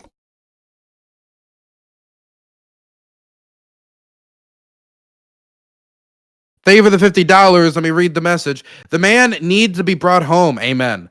But El Salvador was in a place where it truly didn't have much choice. I'm not arguing that they didn't have to find a way to deal with the gangs, but there is still a question about the civil rights of the people in El Salvador. And more than half their economy was being stolen by extortion racket. Hence the popularity for harsh punishment. No, I know why the Bukele is popular. But I also know about the civil rights violations of his government. And I like certain civil rights protections in this country, and I have no interest in seeing an American exported to a country, or really anybody who deserves due process within the American system, exported to a country that doesn't really have it, and is a pretty notorious, prison system. I mean, we saw the video, the way they treat the prisoners in that way is meant to be demeaning, is meant to be dehumanizing. Is because they're dealing with some of the most violent people on the planet, and then when you throw like some like Venezuelan diaspora gay hairdresser in there, I don't think he's going to do great in that environment. Thank you for the $50. Also, I want to say that we're going to go through the last sections with Gibbs here because we've been talking for a bit, and there's some areas I wanted to make sure we hit on. So now, if you have any question for Gibbs, if you can donate and you can get your question asked, okay, this is how we make our money. Thank you so much for the $50. Grassroots has him on, big support of the channel, and I'll ask Gibbs your questions, okay? So you can, for all of you in chat who have been raging at the conversation, you can throw your question out here about Dylan. This is why Gibbs has been right about everything, and you're wrong, which I'm sure you're all believing. So let's get to the next area, free speech. So far though, did you agree with me on any of the? You agreed with me though that Trump is stepping out of line as president and going after these, for example, the broadcasting licenses. That's not something the president of the United States should be targeting for these news companies. And he's not targeting it for Fox News or Newsmax or OAN. It's only the news companies that cover him poorly that are having their broadcast licenses attacked. And certain companies, I think a lot of these media companies, like I think CBS caved in that case and gave that money up, not because of the facts of the case, but because they are intimidated by the president of the United States. I don't know. this comes back to like what we call interference, right? Like and like free speech. I'm a little torn on this. Because on one side, I definitely am much more of a free speech absolutist, right? I would almost rather let them do fraudulent polls or let the guy with 1,000 bots commenting influence election. I would almost that, right? But on the flip side, if we're going to pretend that there's election influence, like with either say Russia's doing something or China's doing something or whoever's doing something, and it's something we care about, then I don't know. Like, and I honestly, I don't think that MSNBC and CNN and some of these ones, I don't think they were doing anything illegal, right? I don't think they were purposely misleading people, right? That's not what I'm going to say. I do think there are people, and maybe this pollster's one, I don't know. That's why I guess I'm okay with at least letting the investigation and the case play out some to see what they bring before I make a decision on that. I do have more of an issue with the FCC going after these things. However, if we're going to say interference is a thing, and you have two major news organizations who are it looks like they're extremely wrong. To the point that it's suspicious. It almost seems like you're trying to rig something by doing that, right? And that could be. I would be but this is sympathetic to that the argument. problem, Gibbs. Though, wait 1 second. $5. Okay, guys. I promise we'll talk about Ukraine next. I promise. Everybody wants to talk about Ukraine. Sure. Everybody feels like the chickens have come to roost a bit on the Ukraine topic. Sorry, I was gonna say something. Could you repeat what you were saying before I interrupted you? Oh yeah, I mean, basically, I would be sympathetic to the argument that, okay, these organizations were so hilariously wrong, right, that the only way they could do that... talking about the pollster. Yeah, is either they could do it, well, I think it's much more likely this the is the thing, though. If you're... probably. Okay, put yourself in the position of the pollster, though. And this is my problem with the president doing this, period, even if it was election manipulation. If you're a pollster and you just saw the president sue somebody for this election manipulation after they released a poll for him that was very bad, and then they come and they find, after they use what they believe to be credible polling that gave him a bad polling result in the state that is an outlier, or maybe not even an outlier, because there could be an environment where Trump says they're all doing it together, it's coordinated, then could that not discourage pollsters from releasing those results, not out of the credibility of their organization being hurt by a bad poll, but out of intimidation from the White House and slap suits, essentially? I won't argue that wouldn't cause that, because it could, right? But that would be like an unintended consequence, or maybe an intended consequence. Wait, how do we know that? This is the thing. How do we know it's an unintended consequence? Because you and I both know that, when we're talking about this pollster, there is yet to be any evidence found that they were doing this purposefully, or that their credible background has been called into some actual dispute, that they were paid by somebody to manipulate the election. And until we find anything, how do you find easiest thing to believe. Well, you investigate, you try to look. But this is the problem, though. When we talk about investigating this pollster or these lawsuits against, for example, Bill Maher for those jokes. At what point do we say this is a pattern of behavior of him going after those who go after him verbally with legal trouble? Because he did it to Bill Maher before he was running for office. He's doing it to he did it to the media companies before. He did it to now this pollster, and now he has all these broadcast rights being targeted. We have the people being thrown out of the press pool for not agreeing to his unilateral name changes. And this seems to be a pattern of behavior. I mean, but I feel like it's always been that way, right? Every president always uses lawfare to go after people they don't like. Come on, every president has sued pollsters for bad polls. I don't know. Listen, hold on. That's okay. I'm not talking about that specifically. Hold on. Targeted the broadcast. I'm saying every president used lawfare. Every president's used lawfare to go after their perceived enemies. Is it really and this comes back to my thing though. Give me a comparable example. I just want to like talk about this one example that you just brought up first, though, right? Let's say they do find evidence that this guy used the fraudulent method, right? And this is where the question is: at what point is even that protected under free speech versus we do need to honestly, stop influence? Like, where is your line, though? I guess if we find anything, you'll be the first person to call. I am confident, and they're not going to find anything on Ann Seltzer. Just like I'm confident they're not going to find anything on these other guys, because none of them really even have. When you look at these cases, I don't see the motivation. But then this is almost a good thing for your argument, right? So say they investigate, they find nothing, and I'll tell you. Yeah, it's good for my argument that it's a witch hunt, or they're trying to intimidate. Well, but hold on. This actually be good long term for you, right? And I think it would, because it would set the legal precedent. If they go there, they find nothing, and they go, "Oh, this is a witch hunt," yada yada. Guess what? That's gonna be a legal precedent that's gonna be harder to overcome in the future. That's to be something you're praising and be excited about, right? Like, so you almost want this investigation to go forward. No, and see it's slap suits. It doesn't. The problem with slap suits, it's not even that. And it's like why CBS caved on that case. It wasn't because CBS couldn't win that case on the merits. They 100% could.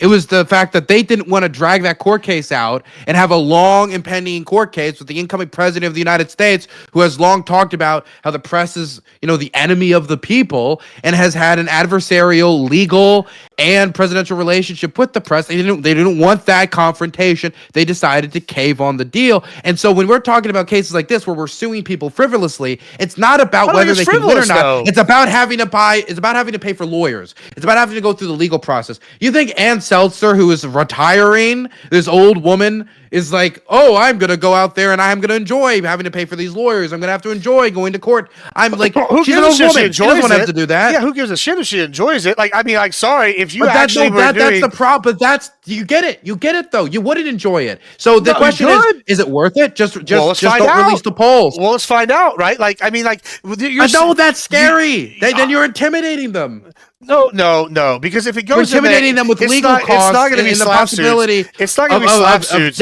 Of legal debt. If this one doesn't pass, like if it doesn't pass muster, right, and then it doesn't go anywhere, there's not going to be there's going to be a legal precedent that these are just frivolous lawsuits, and nobody's going to want to hear it going forward. But you would have to go through the process first to find out if it's frivolous or not. We're going through it exactly. But it's a case by case basis. Well, exactly. So you're saying we shouldn't look at things? That means it would happen again. This is the American legal system. So you like the legal system when you like it, but you don't when you don't. System. It's Trump abusing the case by case basis to intimidate pollsters. Okay, so as opposed to trying to get him locked up before the election, mid-election, on frivolous charges that are over like 10 years old on some of these cases. What is this whataboutism? It's okay. Hold on. It is whataboutism. I am going to do whataboutism here because I said earlier, all the administrations use lawfare to go after the enemies, right? I would even call that case more of election interference than what Trump's doing by going after a pollster. But you're and it's equivalent. So this is why whataboutism is not always just like, whataboutism. Because these are equivalent analogies to things. Okay, fine. Let's compare, and then we're going to move on because I don't want to. Because again, we have a limited time. That's fine. So in the case of Donald Trump, let's just talk about what happened in Mar-a-Lago. He had his home raid, and then he had to take his mug shot. How humiliating! How awful! Election interference, some might say. Now, the reason that happened was because the former president of the United States failed to list the declassification of certain classified documents. He then took those documents to Mar-a-Lago, his private home. The National Archives, which is the organization that is responsible for holding these classified documents, see that they're not within their possession and they have not been declassified or gone through the declassification process. So they approach the president and they ask him, could you return these documents? He returns some. He does not return them all. He instead has his staff hide them in his building and shares certain parts of classified information with journalists, including audio tapes, which have since been released, of him talking to the press about invasion plans for Iran, which would be very, very classified. Wait 1 second. Thank you so much for the $5, Kazim. Ask him how he'd felt if Obama did an executive order deporting Trump because Trump did the birtherism conspiracy. Okay, no. Thank you for the $5. Okay, where was I? Oh yes. So then Trump hides these documents, continues to hide them, and then they raid the compound to retrieve these documents after he failed to turn them over to the National Archives for for years. So that's what happened with Trump. Now let's go over to Ann Seltzer. She released a poll. So I understand what like, oh well, election interference, and people were affected by Trump's house being raided by the mugshot. Yeah, but Trump also did provable crimes. We have yet to find any evidence that Ann Seltzer or this official he's investigating or all these broadcasters or Bill Maher or any of these other media organizations he's sued, and any of them have committed crimes or perjuries against him. He has yet to win any of these cases he has filed in this manner either, even the ones from the past, like, for example, the Bill Maher case. Yeah, so you're going to really hate this answer. I already see it. Well, one, it because of whataboutism, and it's because of whataboutism, is that this is what the average Republican and average MAGA person is going to tell you, is they don't give a shit about none of what you said. I'm going to tell you why. Because they're going to sit here and they go, oh, hey, Biden had classified documents in a fucking thing in his garage where his felon son had access to, who should not be anywhere near any of that, and his son was at cabinet meetings. We don't care. They don't care. So, like, I know that's not fair to everything you just said. That's what they're going to argue, right? So we're not, because they're going to say it's the same. Okay, but let me just finish. wait. Okay. So they're going to just go, it's ticky tack, baby back bullshit. And so when you're sitting here going, what about this and what about that, and we're doing the same thing, like, I guess you're just picking sides. Like, I'm actually sympathetic to kind of what you're saying with the free speech thing and the argument about, like, oh, are these pollsters going to be stopped from doing it?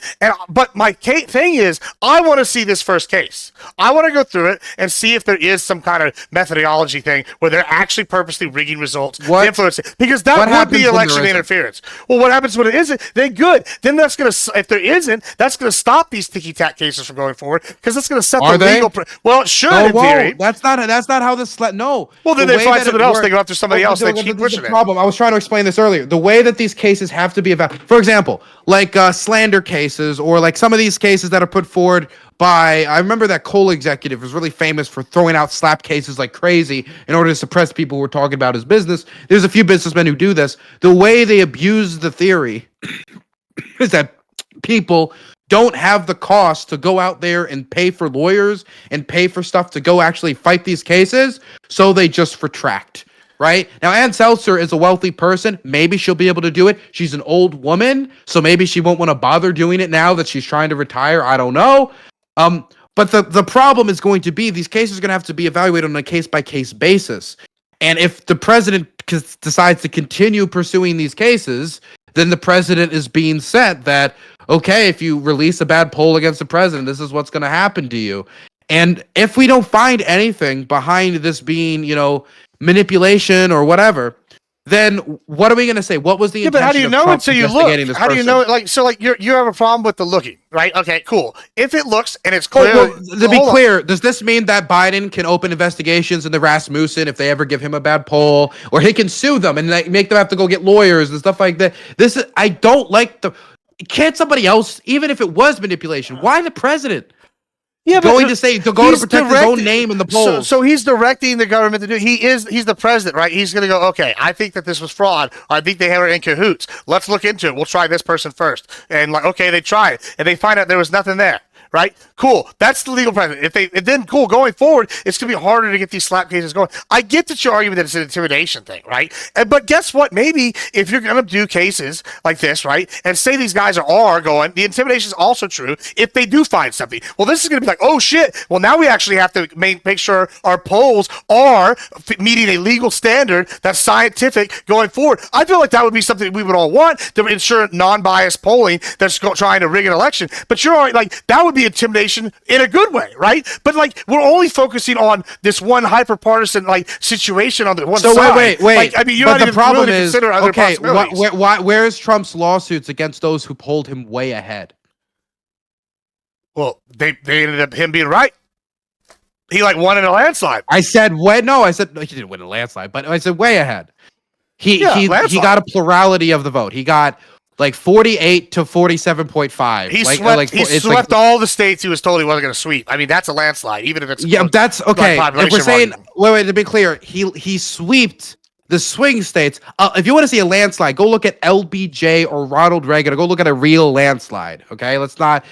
It's actually still one of the closest. Like, it's still like a close election, relatively speaking. When you look at the actual votes in the states, what are we talking about? The electoral college votes. Sure. Wait, it was a landslide. Yeah, but what I'm saying is like he won all the states he wasn't supposed to win, right? I would argue that's a landslide. We don't have to get into like, well, the popular vote. Oh, it was maybe not so much. an electoral college. What is the electoral college votes is not a direct representation of what the people believe. You would just look at the votes for that. Well, here's my point with this, right? So let's talk about the ones that said he was going to win big, right? My argument would be, right, they were using unproven data, clearly, or whatever, that they got to there, right? And so clearly they need to tone their model because he still won. It was more accurate than the ones all saying he would lose. I mean, they got the winner right. They just didn't get the margin right. As opposed to, this one says he's going to lose in a massive loss that's historic. The margins are pretty important. Well, hold on. They picked the right winner, though. Did they not? Like the margins would be what would impact public consciousness, because the idea, Trump's up 12, I guess Trump's great. That's the idea. People believe how polling affects people's perception. So it would be still, even if you won, it would be if somebody says Trump's up 12, you would investigate that poll as well to see if they manipulated it in favor of Trump. No? Sure, we could, I guess. I don't care. I mean, like, why is he only investigating the ones that are? Well, why would you investigate the one that picked on your side? I mean, that's dumb. Like, you're not because he wants to punish the ones that polled him poorly and not punish the ones that polled him incorrectly. But if you find him, hold on. Listen, like, I come on. Let's be a pragmatist. You're not going to go after your own people. Right, first, right? You're gonna go after the people that came for you. Come on, man. You think he's okay? The Dems don't do that too. Trump's gonna sue. Why do the Dems sue themselves? Like, Trump's gonna sue Rasmussen for giving him a good poll. Come on, bro. That's gonna happen next once he's done with that seltzer. Do you think that he's gonna go after the next one that fucking screwed him over, right? Like, why do you think that if Biden had won, this is why he would go after why he shouldn't do it. This is why he shouldn't do it, because he's not an impartial arbiter. Neither side is that. The president that's shouldn't be doing They're this. all doing this already. He has too much power. This is just. He should not give the government this much power. They've already had this much power for decades. At least Trump's now working for the American public. The president of the United States should not have the power to intimidate pollsters to give him good polls. You act like they don't already. They have literally been going out. Listen, for decades, for all my life, as long as I've ever known, the Dems and the Republicans have used lawfare to intimidate and go after their enemies. My entire life, at the local level, at the US whether level, or not. Wait. Oh well, wait. so like you're acting like this is something new. I'm not saying it's anything new. I'm not saying that. Okay, politicians have also used a theft and fraud and murder and all sorts of things, but that doesn't mean these politicians have the power to do it. They don't have the power to do these things. And so when the president is open, let me finish my statement. So when the president of the United States is openly doing something, for example, I would say that the United States president probably has the power to make someone disappear, right? Now, he's probably had that power for a long time. Now, the president having that power in very discrete instances that they have to keep under wraps in order to keep being able to do it, because it probably would not, almost certainly not be legal in the way it's being done, but it's being done to the worst of the worst terrorists, hopefully. Now, there's a difference between that and the president of the United States in a conversation with a foreign leader saying, we need to deport the homegrown ones to your prisons too, huh? The homegrown ones are next. And then the president's White House staff saying, well, we're looking into deporting American citizens to foreign prisons. There's a huge gulf here in difference when we're talking about having the power to do it versus these happening in these instances. So Trump is trying to expand the power of the president. In fact, Trump has said that he wants to open up the libel laws. So what you're saying is, this is interesting. It's because we're like walking and chewing bubblegum here. Like, so Trump ran on the government being real inefficient. That was a major sticking point.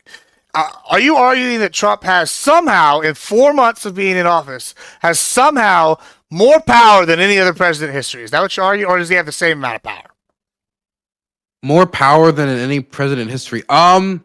In some ways, he's stretching the presidential power in ways other presidents haven't. So in some ways, yes. In other ways, no, just due to the fact that he doesn't have a majority in Congress that is big enough to do certain things. that he would like to do, and so he's trying to do them around Congress's authority, extra constitutionally, outside the bounds of the Constitution. What you're saying is that he's been efficient and been effective, right? And his biggest complaint is that we have all been inefficient and effective the entire time. I'm just saying you're mad that he's doing exactly what he said he was going to do. That's what you're mad about. Every president in history has used lawfare to go after their enemies. Every single fucking one, right? Like, and so when I'm sitting here, at least in our lifetimes, so when you're sitting here going, oh, he's doing these things, Trump's literally, you're damned if you do, damned if you don't with this argument. Because either A, Trump is this boogeyman who came in and was so effective and so efficient that he's able to do more than any other president, which means A, that he was right, or B, he's just somehow, or B's just in here just making shit up as he goes and is an idiot. You know what? But he can't be that. You got me. You're right. Trump is the most effective crook in Crooktown. I agree. He's the best at lying. He's the best at stealing. He's the best at conning. He's the best at ignoring the Constitution. He's the best at deporting American citizens. He's the best at taking our money and funneling it overseas to Gaza and other places while not releasing housing policies. He's just the best on earth at backstabbing our allies. He's just the best clown in Clownville. He's been taking advantage for years. Like what? Let's move on to let's the last question of the day. Okay, sure. Let's move to the last question of the day. Where's my fucking ceasefire, Gibbs? Well, they're working on it, it seems like. I hope it comes soon, Trump said he's going to get it going. It comes soon, If not, then I hope he does what he says and arms Ukraine to the teeth, that kind of thing. But, I feel like he's trying to play hardball with both of them. And, Putin and Zelensky are both... You don't believe that. I do, yeah. I mean, it seems like that way. He's been trying to play hardball. Okay, what hardball has he played with Russia? I mean, he definitely said that he was going to arm them to the teeth if they didn't play their games. They backed off. He talked? Well, he did. I mean, that's all we've been doing is talking. I mean... Yeah, that's all Trump has done, yeah. I agree. That's all Biden... I mean, hold on. With the first... No, Biden sent weapons. Biden implemented sanctions. Biden collected a coalition. Biden passed packages through Congress. Trump hasn't done anything except talk. Now, he said that the war was going to be over before he got in office when debating Biden. Then the campaign promise developed into 24 hours. Okay. And then 24 hours passed and nothing really happened. Then it became 100 days, Gibbs. 100 days is in 15 days. We're having a 100-day conversation right now. We both know it's not going to be over in 15 days, no matter how hopeful Gibbs, don't bullshit me. I care about this, okay? We both know it's not going to be over. Negotiations haven't even started, Gibbs. Negotiations have been going on the whole time. No, I mean, to be clear, the way Trump's formula works, and he said this multiple times, is that first we have the ceasefire, and then we have the negotiations. And everything that has happened up to this point is the Russians and the American government trying to figure out how we can set up the first phase of negotiations under the cover of a ceasefire that may or may not break down depending upon how negotiations go. We have not started that. We have started giving concessions. For example, no NATO membership. For example, no American troops in Ukraine. No more aid being sent. We've cut off aid to Ukraine. We've cut off intelligence support to Ukraine. In order to get the Ukrainians to agree to an unconditional ceasefire, the Russians immediately rejected right in Trump's face. They then got them to agree to long-range ceasefires that the Russians immediately violated in the striking of Odessa and certain Donetsk region energy infrastructure. And then there were other violations. And then there was a strike in Sumy. And then there was a strike in Kiev and Ri. And all these different violations. And so, I mean, to me, one second, $20 donation.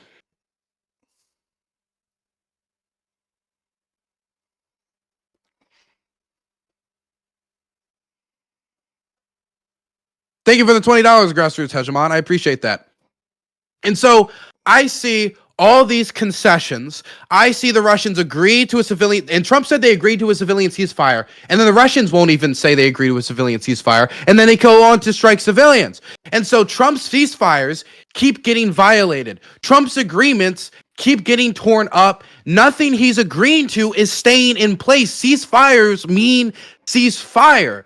And we haven't even started negotiating. And the war was supposed to be over in 24 hours. Right now, I see nothing but naivete by the people who are supposed to be leading the negotiations. Steve Witkoff is a fucking moron. He doesn't even know the regions he's negotiating over, and he admits as much on the Tucker Carlson show. And he's the guy who's supposed to be leading negotiations. Where are the experts you told me about on election night, Gibbs, that were going to be guiding Trump? It's now Tulsi Gabbard, it's now Steve Witkoff, and it's a bunch of people who don't know the region, and those who do know the region are those who are not empowered. Marco Rubio and Keith Kellogg, these are the people who are not dominating the conversation. These are the people who actually know a thing or two, even if I disagree with them in some of it. They at least have some expertise in the region. They've been marginalized.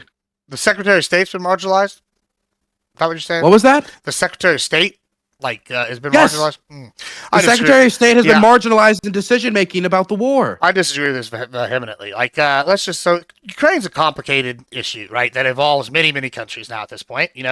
I would say, what signs of things working? The fact that North Korea, who was involved, is now pulling troops out as a sign of things changing. I would say Iran. Wait. What did you just say? Ukraine. There's reports now that says it looks like they're rotating North Koreans off the front line now that Kursk is kind of slowing down some. It looks like that. I mean, I can pull those up. I have those posted in my Discord. There's all sorts of stuff saying that Iran is Wait. No. Do you believe that? Do you believe that North Korean troops are done in Ukraine? I believe that at the current time they're rotating them out. I don't know if they're done. I don't think done. Rotating out means to me that they're pulling them off the front because to see what's going to happen. That's kind of what that indicates to me. I don't know if they're done. No, I mean if Russia decides they're going to keep going, then I don't think North Korea is done at all. Or also maybe they're negotiating a better deal because Kim was getting a pretty sweet deal with them. I feel like there's a lot of possibilities here, but I do think it indicates something's happening. Iran not being able to provide the drones that they were providing and having to pull specialists out due to what their situation is going on with. They haven't been providing the drones. But they were building factories up there, and they've had to pull specialists out that will help make them. I mean, that's an impact as well.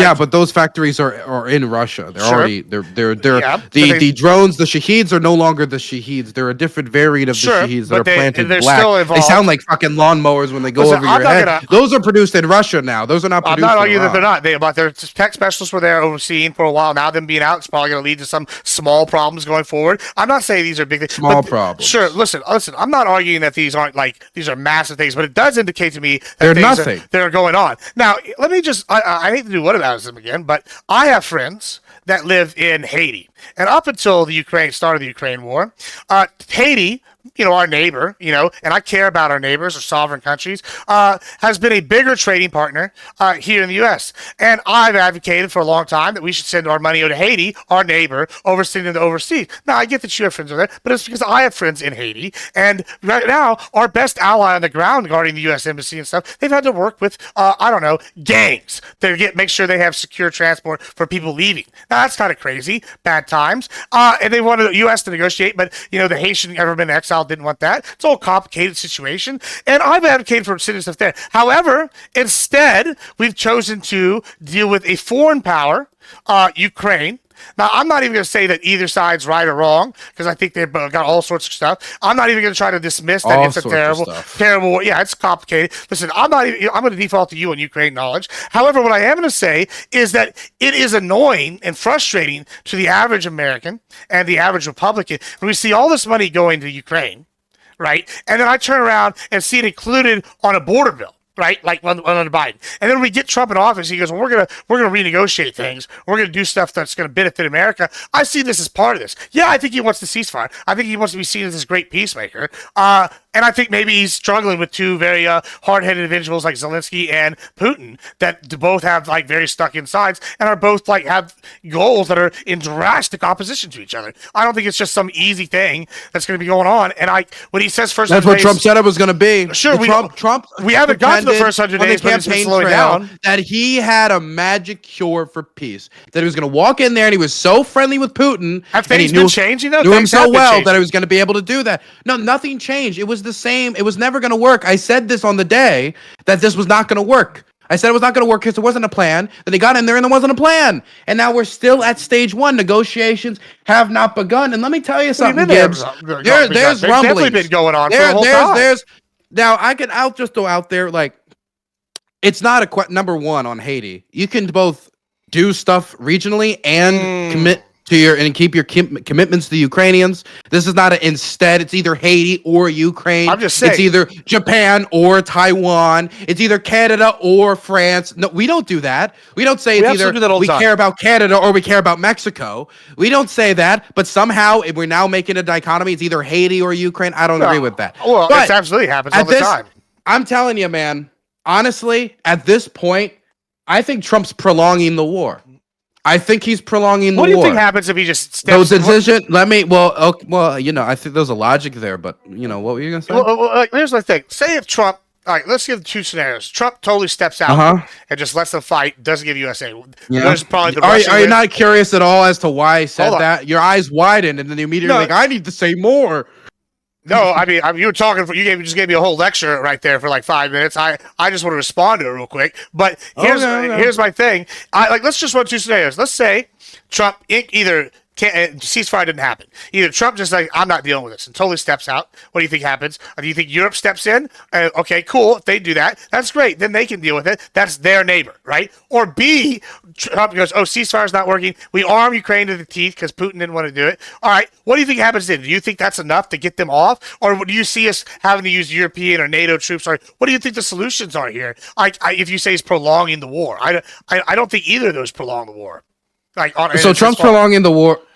Trump's prolonging the war because he's treating the Russians naively, or he's treating them maliciously in the way that makes him the enemy of Ukraine, and he doesn't care about their interests. Now, I'm going to assume the former because I assume that's what would probably be at least closer to your worldview than the thing that I'm being scared of, which is that it's the latter, and that Trump is legitimately willing to cut up Ukraine with the Russians. Now, for the former, Trump said that Russia would not have invaded if he was president. This was a constant campaign talking point. This is something you have repeated. You repeated it on my show many times. You repeated it on many other shows many times. And so what this was supposed to imply is that Trump is not only so diplomatically suave when it comes to the Russians, but that they respect him in a way that they wouldn't respect others. And he has a certain quality about them that throws him off. What's he going to do? He's wild man Trump. He's a cowboy, That's the idea. Mm-hmm. But the problem is, Trump gets up there after saying that if he was president, this war never would have started, the Russians never would have invaded because he's cowboy Trump. Cowboy gets up there, gets in his saddle, and then he says, first day in office, I might put sanctions on the Russians if they don't come to the table and agree to a ceasefire quick. And it's been 4 fucking months. Yeah, so... And where's the sanctions? There's no sanctions.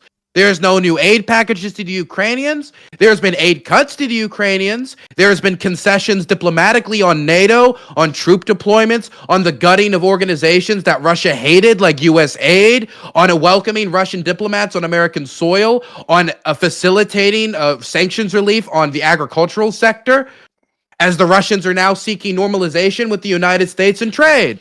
And so I've seen this just happen, say they were hurting but I've because seen of oil prices, no all the pressure. Hold on. You just said They've had trade negotiations. They're looking to open up trade between the United States and Russia. But hold on. But you just said earlier Russia was being hurt by the mass tariff. They're being hurt by. Hurt by the global economic slowdown that has resulted from the tariffs being implemented, lowering oil prices. And you think these are totally independent of each other? Honestly, I think Trump could have done it with no consideration to that whatsoever. Yes, that's not what I asked. I think Trump could have done it, and that is a side effect of it. And let's say it isn't a side effect of it. Let's say that this was intentional. Do you think it's enough pressure?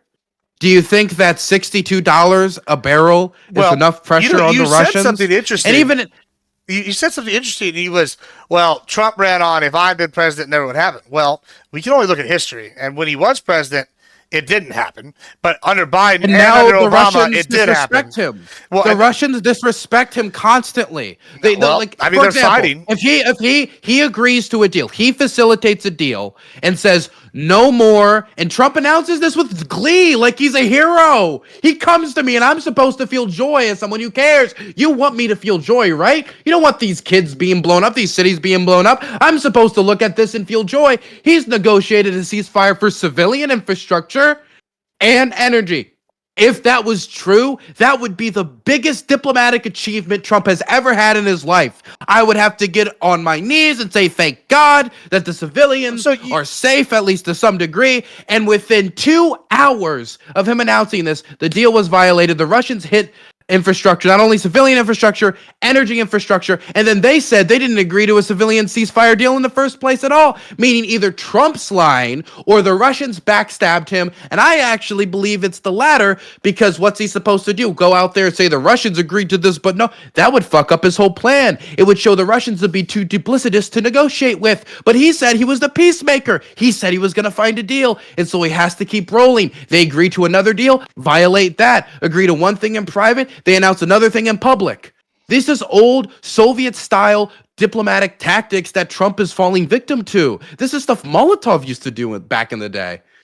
Yeah, I mean, once again, though, like, his argument was it never would have started if I was president. Now I'm here. Now I'm dealing with it, right? And you said you think that this other thing caused it was a side effect. I'm arguing that he is taking an overall approach, that he has a plan. I think he's got some idea of a plan, some semblance, because it seems like he does, because things keep fucking working out the way that he says that they're going to work out, right? And so I'm over here going, Are they? Yes, so far they are. Like, you know, okay, I get that like you want day one. Hold soldiers. on. I get that you want day one, right? And everybody really wants day one. But what does day one really mean? He we're actually, promised hold it. on, we're technically not even at day 100 yet, but we're like getting real close. But like, what's interesting is, like, that your first 100 days, you know, this is basically the equivalent to day one. And what we're seeing is Iran pulling back, North Korea rotating out. 100 days is day one. We're seeing negotiations. I mean, it's pretty much day one. Wait, sorry, I need to understand your math here. Are we using biblical days now? Like 1 day, 100 days, 1,000 days? Is that what we're doing? I think we're being disingenuous when we say that. By the way, he you didn't think say he literally days. He said 24 hours. I mean, I think which is not an indicator of days. So you got to use biblical time if you want to get there. I'm not going to pretend that. Listen, You can't pretend that if you've ever watched Trump ever on anything, then you know he uses hyperbole. Like we all know. Yeah, he uses hyperbole with people's lives. Hold on, well, sure. We have to say when we're at 100 days that he's working on it and he's commenting on it. I can find something from 6 hours ago where he's talking about, like, oh, this is the direct quote. He said Biden could have stopped it, Zelensky could have stopped it, Putin should have never started it. Everyone's to blame. That sounds to me and like that's a lie. Sure, sure, I get it. Listen, you just admitted that he might have to lie to cover for somebody because it would fuck up negotiations. Hold on, you just said that. You just said this, but hold on. It indicates to me that he's at least attempting something. Biden, what was Biden's plan? You say he's going to prolong the war. Well, what's Biden do? Giving piecemeal fucking weaponry to him that's not enough for Ukraine to win and just going to prolong it indefinitely into a meat grinder? That's even worse than what at least Trump's trying new shit out. How beautiful is it? I mean, do you want it to end or not? You cannot quote Trump without him lying. How does that feel that every time you read anything Trump says is a lie? Zelensky could have stopped the war. Any of these people could have stopped the war at any time. What does this mean? This implies that Zelensky is the main barrier to peace. These implies things. For example, Zelensky agreed to a completely unconditional ceasefire. Putin said no. At what point do we say this person is the barrier to peace? The person saying no to Trump's ceasefire. He cut off aid from the Ukrainians. He cut off intelligence support. People probably lost their lives in relation to that. And then the Ukrainians say, fine, unconditional ceasefire. Unconditional ceasefire. Russians say, nah. And then they keep attacking. And his strategy is, let's just keep waiting it out. Every time they do a strike on civilians, he says, oh, it was a mistake. A ballistic missile. You got to enter in the coordinates. But it's a mistake. I'm sure it's a mistake. I'm sure this strike on civilians is a mistake. I'm sure that strikes on the civilians is a mistake. Or his other response, which is, oh, I heard about it. It sounds bad. I have no clue what happened. Yeah, but what he's doing is he's isolating Russia. He's isolating He's Russia. looking the other way. He's isolating Russia. How is he isolating Russia? He's taking out their allies or getting their allies to back off. Like I said, Iran, North Korea. He's which not are both isolating Russia. We're seeing him fight a war with China. There's reports. I mean, you should know that there's reports of Chinese nationals maybe potentially being involved in the war now. I saw the other day. So listen, if he's fighting a war with China, a trade war with China, he's causing them to back off. This is isolating Russia. This is not yet, but he's in the process of it. He's sitting there trying to get the peace talk. You just made the claim. You just made the claim that if Trump is making the war go longer, right? And I asked you at the beginning of this, what's going to be faster? Even if the ceasefire falls through, if Trump totally backs out it's up to Europe to take over, or if he decides, Russia's not going to play ball and he arms them to the teeth. All right, those both sound like to me more one way or another than what Biden was doing, which is offering just enough support that they can keep losing and turn into a meat grinder. And either way, one of those solutions is going to end the war way faster than what Biden was doing. And how can you even argue that?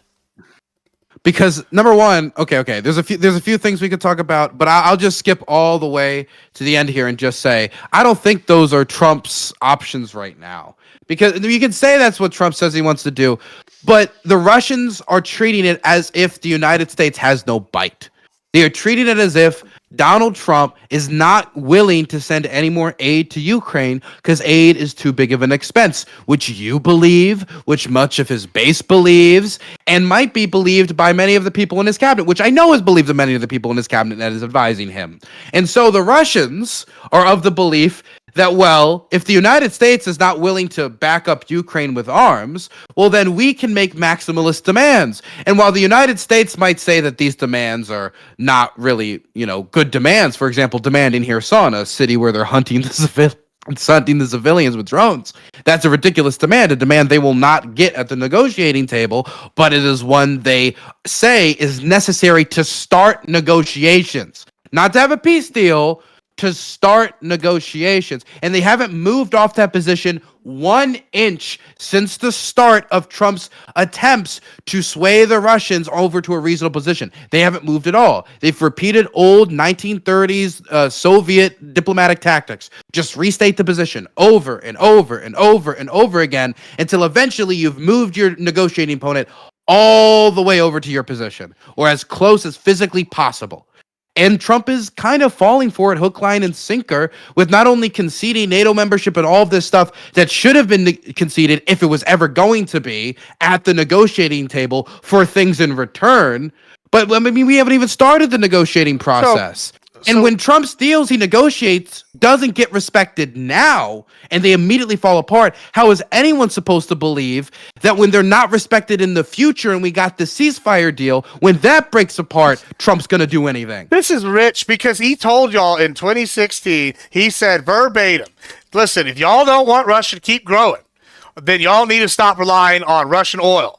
And guess what? Now they rely on Russian oil more than they ever did before. He warned y'all this shit was going to happen. He told all the EU this. He said it. And then y'all go, oh, no, we're not going to do that. The EU, not you, but the EU did this. And they kept getting in bed with Russia, trying to normalize relations. You can't say that didn't happen. It did. So back to my question that you didn't answer. If he pulled out completely, yeah, it would probably cause, unless the European Union steps up to match what we're doing, then guess what? They'll probably lose. That'll be the end of the war one way.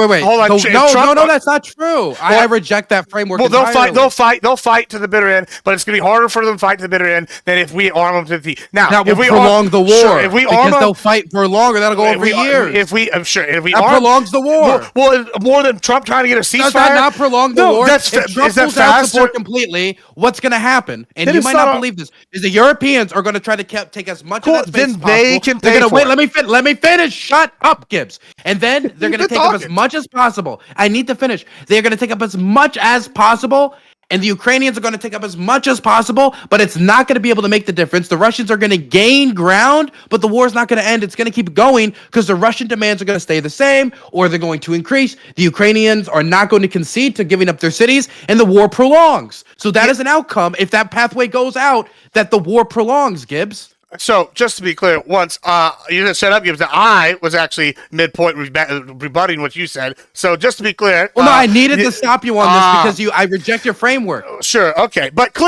just to be clear, one, I'd reject that framework. Because if Russia's going to do it and EU's going to step in, then that's on them, and they're prolonging the war. Cool. That's up to them at that point. And we've washed our hands of it. We've done Pontius Pilate. Not you our don't fault. wash your hands. That still prolongs the war. I'm saying this outcome still prolongs the war. Whether or not you want to say Trump takes responsibility for it, that's the outcome. Hold on. The outcome Let me finish. Would prolong the war. No, I disagree. Hold on. I'm saying that if we pull out completely, it's up to EU and the Ukraine if they continue the war. Not our responsibility and our fault. Us then we're not responsible for it. They want to keep going. That's so now you're changing the entire framework we're debating. I'm not saying that. I'm not saying that. However, hold on, you debate. Let me finish. What I'm saying is, then the other flip side was we arm them to the teeth and we give them all the weapons. And I, for one, I said this on your thing. I actually am pro-Ukraine. I want the war, like whatever. I want us to send all sorts of shit to them. I make more money that way. I have military-industrial complex stocks. If Zelensky and them want to fight with the best shit, let's give it to them, boys. I'm in. So, if we argue, listen, if we give them the best of the best and we send our people over the train, whatever, then where has Trump indicated he's going to do that? He's already said that if they don't play ball, he told us Putin, there was a famous that he's going to arm them to the teeth. That was his direct quote. So when I'm just when did he say that? No, I don't know, a week ago. It's a thing he just said. So what I'm saying is, when we're sitting here going, he talks out of it both sides about all the time. He's trying to play hardball with both guys. You're arguing that he's prolonging it when your one option is either he A gets the ceasefire after playing hardball, or B arms them to the teeth, or C pulls out completely, and then it's not our job. It's up to them. See, but this is I like how this pathway, in the pathway where it prolongs the war, it doesn't count because he's not responsible anymore, even though America made commitments to Ukraine, but Trump did it, so it's not responsible anymore. No, that still prolongs the war. You're just trying to wipe your responsibility of the outcome of Trump's decision making. Now, on to your other thing. Biden made those commitments. Biden made those other commitments, and it's the United States made those commitments. Plenty of time. Those United States made those commitments in the 90s. Are you arguing that any country made those commitments? Hold on. Are you arguing that previous presidents, when new administrations have come in, have not gotten rid of old treaties and other agreements before? I agree that American presidents have acted like snakes and snake. So having a new leader come to power and changing an agreement when a different side put a deal forward is acting like a snake. I see. Yes, absolutely. 100%. 100%. I see. You represent the country. If a nation negotiates something with you, the country doesn't want this anymore. And they deliver, and then your country changes leadership, and the new leadership says we don't want to deliver our end of the bargain. That makes our country look snaky. You know what you're doing? You're literally arguing with the entirety of countries existing in human history. Because countries throughout history have had deals and changed them, renegotiated. No, it's not done bad things. You're acting like I agree that countries have hurt their credibility. Don't change. The question is whether the pain to our credibility is worth it. It's not, and it isn't. Credibility. You're just arguing with world history and how it works. Other countries are reacting right now in reaction to our credibility. That's why we see European defense stocks rising. That's why the South Koreans are considering more and more attaining an atomic arsenal of their own. Our credibility does matter.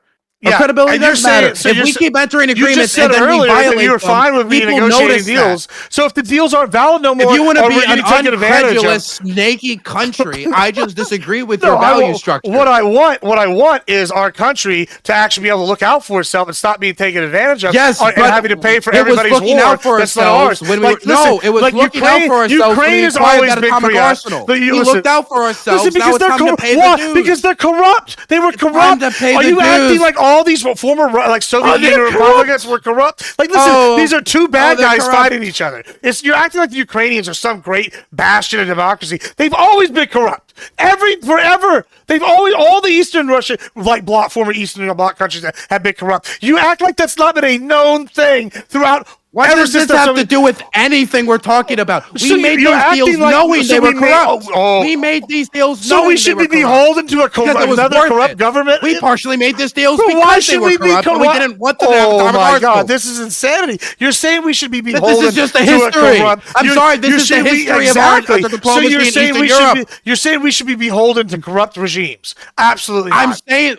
I'm saying if we make an agreement, okay, so your position is if we make an agreement with a regime that has a regime, you're saying, so it's no longer a democratic country. This is now a regime. It's a dictatorship, according to Mr. Gibbs, apparently. It's a regime. we had elections right? during the Civil War. Why aren't they having elections? Okay. That seems kind of sus, but. That's just really stupid. Yeah, and I don't know what else to say about it besides Well, yeah, it's fucking stupid. it is really stupid Gibbs, because we have Gibbs, modern let me ask you a technology, question. and they Gibbs, didn't in the Civil War. Gibbs, let me ask you a question. Okay, if you're voting in New York and I have a cannonball in South Carolina, can I kill you? Let me ask you this: if you live in the Ukraine Gibbs, and don't you have be fucking Starlink, stupid. can you Please vote? answer the question. Yeah, answer the question. Do cell Gibbs. phones exist? Answer the question. Do cell phones exist? Oh, the election security guy wants everybody to vote by cell phone. Starlink exist? Does modern technology exist? Oh, because we have electronic voting Gibbs, here, don't we? Answer my question. Do we have mail-in voting here? Answer my question, Gibbs. I will mute you if you don't answer my question, because then you're avoiding. You're avoiding dodging, my and I don't want to question. talk to it because you're not trying to be. Don't be a scaredy cat. I'm not Answer being the a question. scaredy cat. If I'm in South Carolina, it's a very simple question. Sure. Gibbs. When you said Dylan, yes or no, I did the fucking stupid ritual. Cool. Do it in return. Okay. Sure. Okay, yeah, I'll answer your if I'm question. in South Carolina and I have a cannon and I fire it at you in New Jersey or Connecticut, is it gonna kill you? No, but if I live in Pennsylvania and you No. fire it into Virginia, The then you Russians will. Sure. fired Gettysburg, ballistic missiles that killed children in Sumy, and they fired ballistic missiles that killed children in Kievan. And when you're trying to not only line these people up at voting booths where they could be bombed, but you're also talking about having the largest diaspora vote in Ukraine's history. You're talking about discounting everybody in occupied territory. Say none of them can vote in the election either. And you're also on top of that going to have to do this all for the first time during a war, getting all these diaspora to come and vote. Yeah, I mean, So, what's really crazy about your analogy is you just and by the dismissed way, to be the idea clear, of total war by clear, fucking Sherman, who literally came in and burned everything from one area to another in Georgia, and they still managed to vote after total war had been established. Before that, Georgia they still managed to have didn't voting. vote. No, they didn't, but they still held Georgia an election. was part of the Confederacy. They wouldn't have They voted. still held an election, like in the North and in the United States. They still held it in the parts that they could. Did they or did they not? Correct? Yes or no? They can't be drone striked.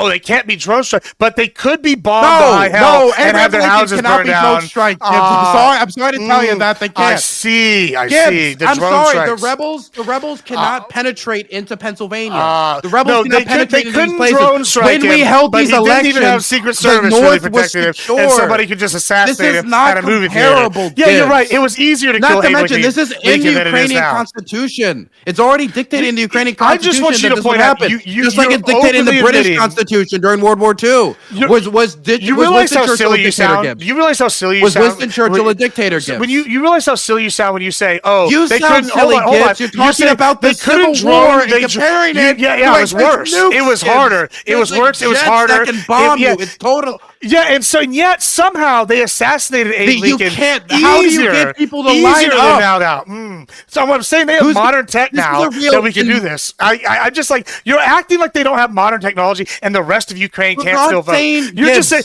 I'm because not- this one area of Ukraine can't vote, Gibbs, that the rest of Ukraine can't Gibbs, hold an election. Is that correct? You're being ridiculous. So- my point is not that it's impossible to hold an election in Ukraine. My point I is let me. see. Okay, well, you know what? Let me mute myself, and you can ramble. I mean, I've not been rambling. You've been interrupting me this whole time when I brought I'm up sorry. one point. My point has been that number one, constitutionally, the Ukrainians during this period aren't supposed to have an election unless the Rada comes out and says, let's have an election. They're not supposed to do that. And the Rada hasn't. And the Rada has continued. The legislative body elected by the Ukrainians has continued to maintain that until the war or there's a peace or a general ceasefire that stops the war from continuing, then they will not have an election. Just as was the case in the United Kingdom during World War II. Was Winston Churchill a dictator? Was the British government the regime in the Isles? I would say no, due to the circumstances at the time. And guess what? They had an election in 1945. Winston Churchill lost. Labour Party came into power. And that's what the Ukrainians intend to do by the end of this election. But here's the thing. The differences, they may not matter to you, but it is true that Sherman had a total war thing in Georgia, okay? He showed those Georgia boys some good old Yankee fury, down there in the land of cotton. Okay, I would like to thank the old Burns boys who were there, okay? Doing some burning. Where do you think we got the name? Anyway, Point is, the difference between that is there was no election going on in Georgia. By the point the election happened in 1863, the front line was pretty stable. There wasn't any threat of, number one, the rebels like punching deep into Pennsylvania or doing anything at this point. The war had solidified, and it was really a question of whether it would continue because it was a slog that Grant was having in his Western campaign, and the slog of those trying to push forward down south while having no real success. Lee still wanted to go to the capital. He still wanted to do it. But, I mean, the prospects of it were not there. The real question to the American public was, should we continue this war in the South to try to free the Union? And that's why, comparing that, where you're in a line where you're not going to get blown up by the Confederacy in Pennsylvania, to you could be the furthest location away from the Russians in Lviv and still killed by terror bombs. And if you don't think, and if you think the Russians are not going to take an election day to try to target Ukrainian democracy, like they haven't tried to target many other democracies in the world, including Ukraine's before, I mean, I find it to be naive. And so the decisions that Ukraine has come to make them postpone elections until after the war is over does not make them a dictatorship or a regime. It means that they're following the Constitution, and it would also be very expensive and dangerous to hold an election right now. So society, including their dutifully elected representatives, have decided that they'll wait until after, including Zelensky's opposition, including Klitschko, and all of the major opposition figures have also agreed to this as well. So interesting, because factually, historically, I before I get interrupted, I just want to make sure that you know that you're factually, historically, extremely wrong about the Civil War. Gettysburg, the Battle of Gettysburg, begins on July 1st of 1863, and that would be, guess what? Middle of the election time. So that somehow, despite one of the biggest battles in American history happening during an election in a northern territory. That's 30 miles. It's like 30 miles from my house. Yeah, I know. Sure. So while this is happening, they still were managed to simultaneously hold an election in all the areas that were Union controlled. Now, I don't care to that particular much, but to my 2 points here, when I bring this up, is one, you brought up drone strikes. They were able to assassinate Abraham Lincoln by literally walking into a theater and shooting him in the back of the head. So when you're sitting here telling me, oh, we have all this technology now, I would agree with you. Yeah, we have all this technology. And the argument that, oh, it's the front lines are drawn, they couldn't do this, whenever Lee is invading Pennsylvania in the middle of this war, election time period, I think is laughable at best. Like, it's laughable at best. And just hold on. It's just a gross misrepresentation of history. Now, so there's no reason that Ukraine couldn't have an election in the region of areas it's controlled, whether it's as secure as the U.S. election or whether it's got to do some kind of electronic voting system, whatever they can do. Now, I don't really even care if he's a dictator. I don't care if Winston Churchill was a dictator or not. We can argue he was. It's interesting Labor took over as soon as the war was over. I find that interesting. Maybe he wasn't as popular as people thought, but I digress. I don't really care about that because once again, I've already sold you. He wasn't as popular. Do you know the history at all? Don't say things if you don't know the history. Hold on, I do know. I mean, you don't know the history because you just told me. Well, no, don't say maybe it wasn't that. Maybe Winston Churchill was hated by the British public. That's stupid. You're not going to try to get me on a gotcha on a history question when you literally didn't know when the Battle of Gettysburg just took place. And you just I knew when the Battle of Gettysburg took place. It's 30 miles from my house. And yet you told me the battle lines were established firmly by 1863 in total misgross representation of the truth. Or you were just wrong. So you either just lied now or you're historic. Where is Gettysburg? Is it in Pennsylvania? Is it? Tell me. Where's it at? Because it's a northern state. First. Why are you asking me? I already told you. I already said where it's at. Where is it in Pennsylvania? Well, because I know the answer. It is in Pennsylvania. It's in a northern state. It's one of the biggest battles in American history. And I rest my case. You just don't even know the history. You don't even know the history. And you're going to sit here and have the audacity to tell me I don't know the history. And and you're trying to get me on a gotcha about Winston Churchill. When I said I don't care. When I said Western Pennsylvania. I asked you. I'm asking. No. It's a northern state. Once again. Hold on, you're trying to play gotcha. You're not answering my question. You're dancing around, and you're avoiding the question as a gotcha. My point about where in Pennsylvania, where, regionally, and where, a location. Is it a southern state or a northern state, Pennsylvania? Because Pennsylvania is pretty fucking far north. If you Where in Pennsylvania? Like, is it in the south of Pennsylvania? Why does that matter? Why does that matter? It doesn't matter at all. To your point, you're just fundamentally wrong. You're like, listen, and you're ignoring the point I'm making because you know you got God. Listen, you're ignoring my point because you know that my point wasn't about battles in the south border towns of Pennsylvania. My point was about them digging in deep to the big cities and fighting there and stopping voting booths, because in this war you can bomb people from thousands of miles away. Then you had to see them and you had to have them in line of sight. It's a different style of war. Totally. The protections for civilians is totally different. And while I agree they could have an election, do not pretend that the dangers for civilians are not more significant now, considering what Russia has done with its long-range strike policy. Yeah, I mean, once again, like I said, still northern state. Then you're just wrong or inaccurate about. Like for example, your comparison for your guy with a gun. Okay, you're a guy with a pistol. You're a terrorist. You want to stop democracy in Ukraine. Boom, one shot with your one bullet back then because it's fucking 1863, and then the crowd grabs you, and that's the end of that. Now compare that to now. You're a Russian officer thousands of miles away. Boop, 11 kids dead. It's a little different. Yeah, it's harder now. I like then saying driving. How is it harder? You have to press a button. I'll ask you a question. Is it from easier? away? You don't threaten your own life. You only threaten the lives of those you attack. Hold on. Who has got the ability to do that? You have militaries, right? Versus a regular citizen, could drive from Richmond, Virginia to Washington, D.C. and shoot fucking Lincoln in the back of the head. Which is harder? What's got a higher barrier of entry?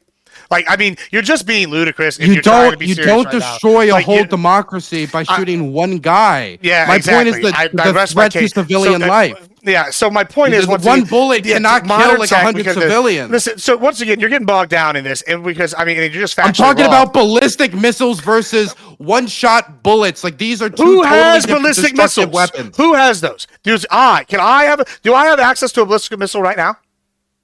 No, the Russians have access to ballistic missiles. They will fire it at the voting line. Do I have access to a pistol right now? Yes, right? Now, you're telling me that it's just as easy for me now, today, to drive up to Washington, D.C. and shoot a potential presidential person in the head. Or is it easier in 1865 for John Wilkes Booth to go up there and shoot this guy in the back of the head compared to me having to own a ballistic missile myself? It's probably easier for somebody to shoot the president in the back of the head than it is to have a ballistic missile in 1864 or 5. I appreciate 1865. Yeah, I mean, even now, it would be easier for me then. Like, I don't have the access to a ballistic missile. Well, that's the thing is. That's why the elections in Ukraine are frozen, not for any odd end terror attack. They're frozen for a major war where ballistic missiles are being fired at their country, and ballistic missiles are readily available by the person launching them at them every day. They've killed people last week. They killed people the week before that. Can we guarantee that they're not going to target these voting lines with... I mean, even if we got them to agree, they violated ceasefires before. I mean, there's a real reason behind this, behind just treating it as a dictatorial decision. Is there mail systems in Ukraine? Yes, they have Nova Poshta and other mail systems. Okay, so I'm interested. You're upset if they started voting by mail? Like, I mean... I would not be upset if they started voting by mail. My point is not that they couldn't try.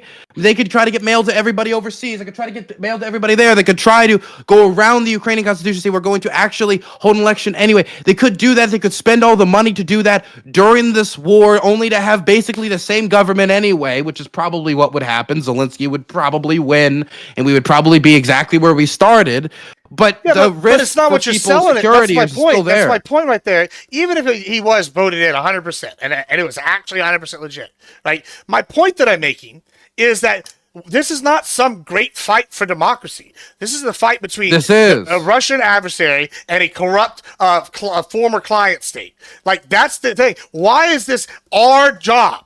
Like, we're not even, this reason I brought up Haiti is Haiti was a bigger trading. Why are we involved in this place in the first place? Now, I'm already sympathetic to the cause. I say, let's fucking arm them to the teeth. Let's sell them all sorts of shit. But, like, I can see other Republicans going, why are we not helping Haiti out? Why are we not spending money here? Why are we even involved in this war? And basically, a lot of us think we're making it even longer because we're giving them just enough shit to keep going, but not enough shit to win. Why are we doing this? It's just, we're turning turn it into a meat grinder. Like, these are valid arguments. Sir, And Trump look- is trying to do something different, and y'all are just immediately going, no! Trump Like, is not even no. understanding My what's going problem on. isn't that no, he's not doing anything. He's just conceding to the Russians. He hasn't applied any pressure to them. If he wants, for example, tariffs on Ukraine, but no tariffs on Russia.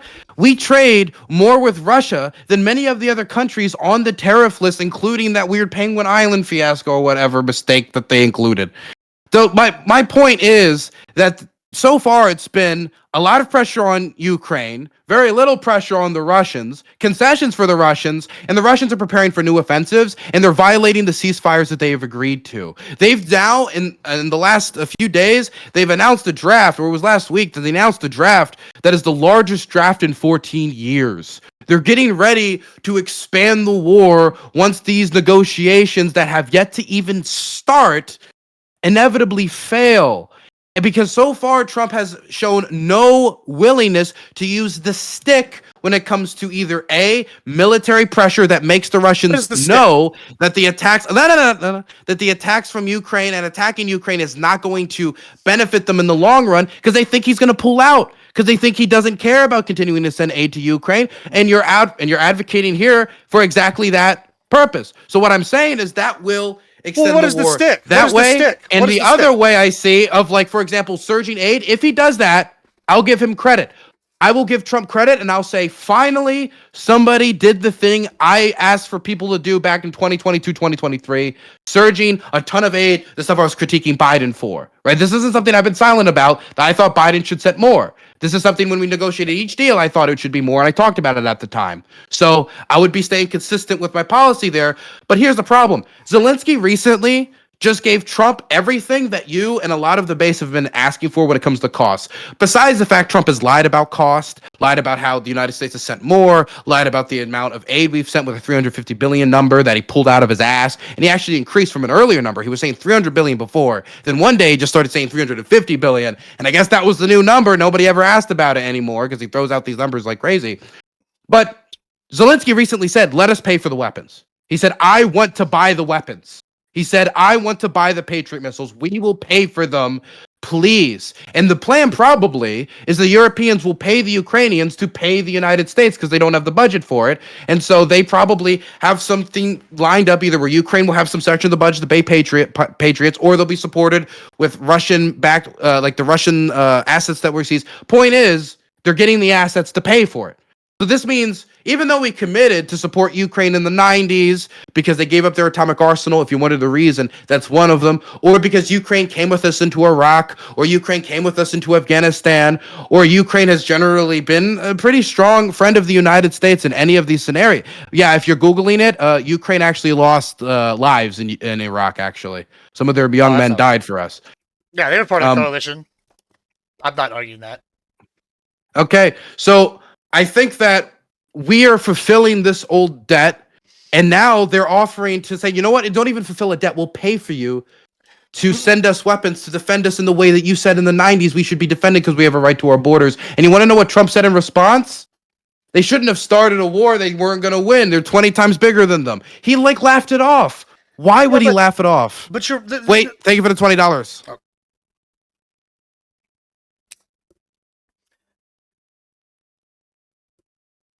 Thank you for the $20. Continue.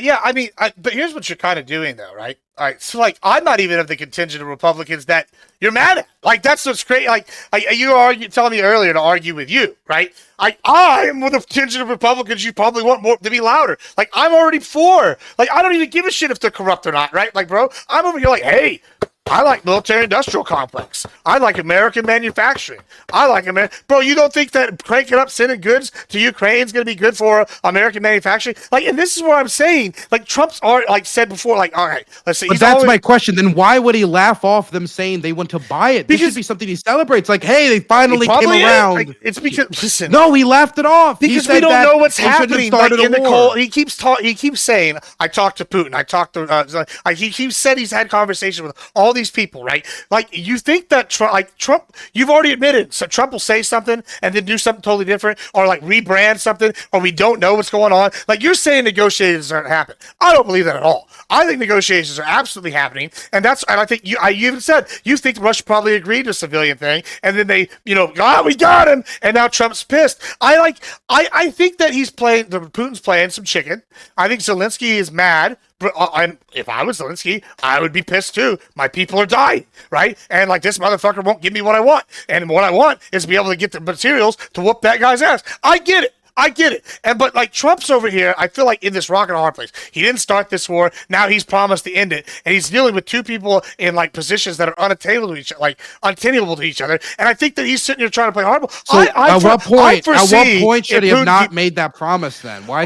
Maybe he shouldn't have made a promise that wasn't so easily attainable if the Russians aren't willing to make concessions that are reasonable and are still making demands like they want to conquer Kherson. I've been to Kherson. I don't know if you know anything about what's going on there. We're right there. They're hunting people there. We're literally in the like less than 100 days in. I get that he's already tried. Like, he made a quick promise. He said it was going to be quick. I mean, this is pretty quick. If he gets it done in the first 100 days or 150, that's still he's quick. Not going to get it done. Yeah, but it's faster than anything Biden has done, which is nothing. He's basically giving y'all minuscule amounts that just is guaranteeing you're going to fight in a trench promise. Biden did not make the ridiculous promise that he was going to end in 24 hours. The amount of support Biden gave enabled this to become a fucking World War I post-apocalyptic nightmare, basically, is what he allowed. He gave him just enough to turn it into a goddamn meat grinder. Do you think that is what is happening? Wait.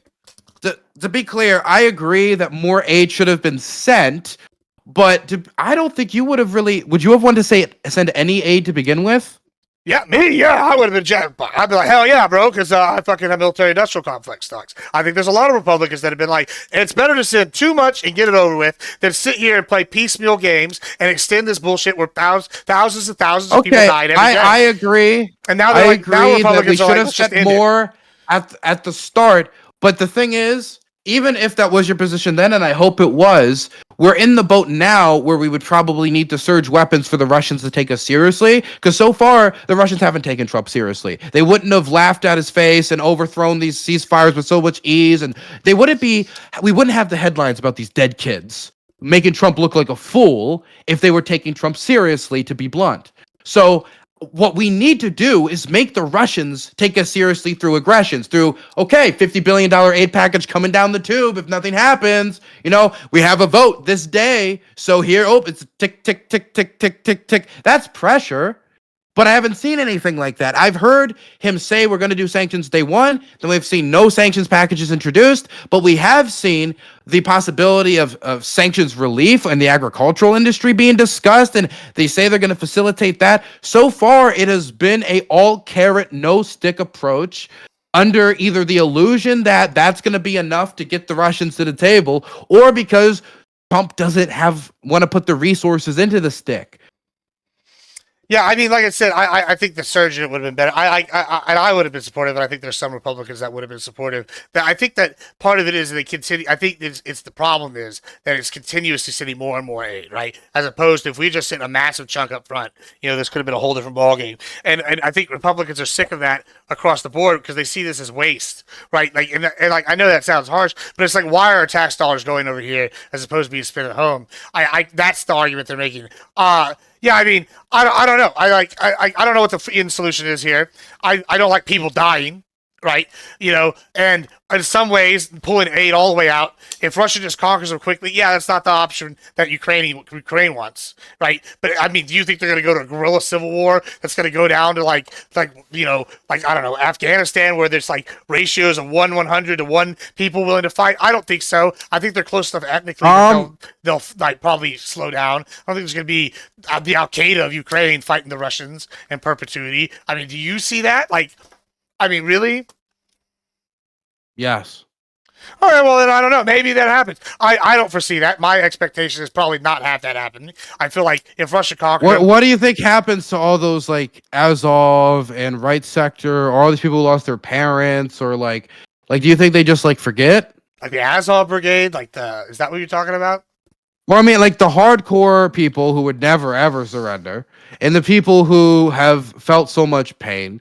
And like with more occupation comes more pain. It tends to be the case. I mean, for example, after World War II, the bloodiest war in human history, right? That after that, you'd be tired, yeah, nationally. As a country, you just fought that, especially if you're from the Soviet Union, where let's say the Nazis were not nice, right? You'd Sure. agree? Okay. The Ukrainians fought a civil war for the next 10 years after that against the Soviets. It was a brutal 8 years, I believe, to 1953. So their war was from when the Nazis crossed the border up to 1953.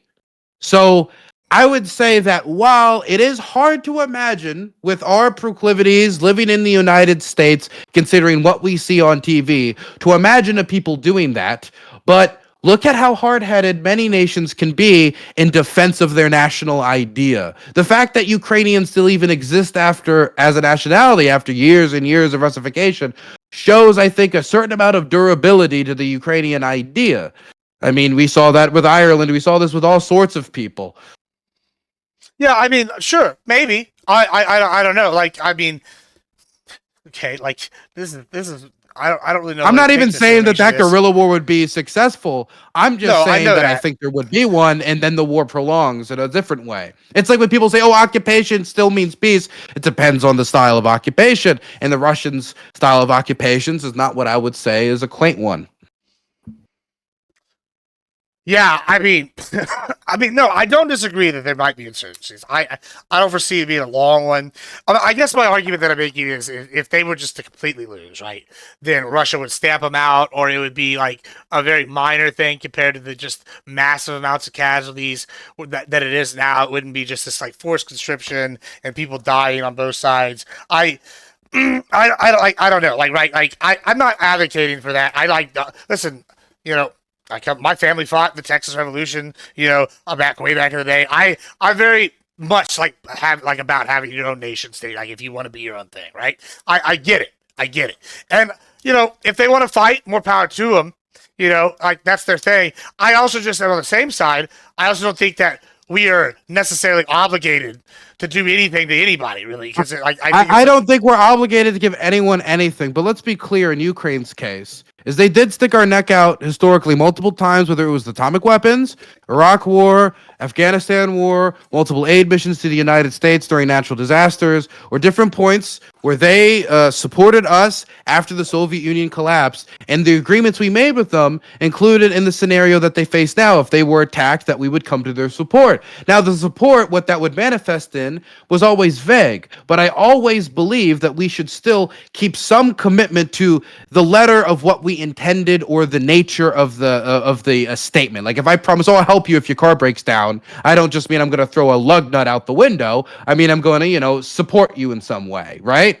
So, and my belief is that to keep that credibility is beneficial to the United States. To stop a wider war in Europe is beneficial to the United States. A lot of this expanded ammunition production that we've marked as Ukraine aid, which was actually invested here, is probably beneficial to the United States if we're re-entering a period of large-scale interstate warfare like we've saw in Ukraine, which is heavily reliant on artillery production, especially since for the last 20, 25 years, the way we've cut our teeth is by finding men in caves and blowing them up with $100,000 ordinances, which is a little different than the war we're seeing in Ukraine. So I think that there are strategic arguments for the United States in support of Ukraine. I'll stop myself there because I do want to come back to the statement you made about democracy. This is not a war about democracy, but I don't want to overwhelm you. Unfortunately though, I am about coming to my end of time that I have to get out of here though, here about like 3 or 4 minutes. We've gone pretty long time here. We did go long. Right. Yeah. As far as the democracy, I mean, like, this is my thing with the democracy thing was, I don't see Ukraine as just any special beacon of democracy. I like democracy. I would like to see it spread.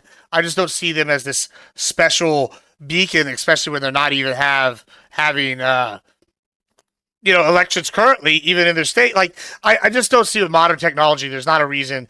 Like, listen, I like election security. right? I'll admit that right here. But to apply the same standard of election security that I want in the U.S. with like everybody getting a voter ID, which we talked about earlier, which I'm fine with making the government can just give it to everybody, which is a standard I would like. To Ukraine in the middle of a war, I don't think it's fair. I would definitely allow like mail-in ballots or something, or like online voting where you try to like verify with your personal info. Like there's all sorts of ways. Maybe the UN came in and guaranteed voting. Like there's like a lot of ways, a myriad of ways, right, that I would be acceptable. But I just don't think it's fair to say they're the special bastion of democracy when they're not even currently allowing elections. They have a history of corruption. I mean, not that Russia's any better. I just don't think that's a fair thing to say. Let me rephrase this, because this is, and we'll end with this. My framing is not that Ukraine is a special bastion of democracy. There are things about Ukraine's democracy that is special. The amount of power that their people have, I think, in like challenging their government, and I think they have, generally speaking, pretty libertarian-esque belief systems. Not saying economically necessarily, but I mean this kind of you mind your own business, we'll mind our own business is a mentality that I've encountered wide across Ukraine. And there's certain things that are special about their democracy compared to other European democracies, like culturally. But yes, their democracy is flawed. The democracy is very flawed.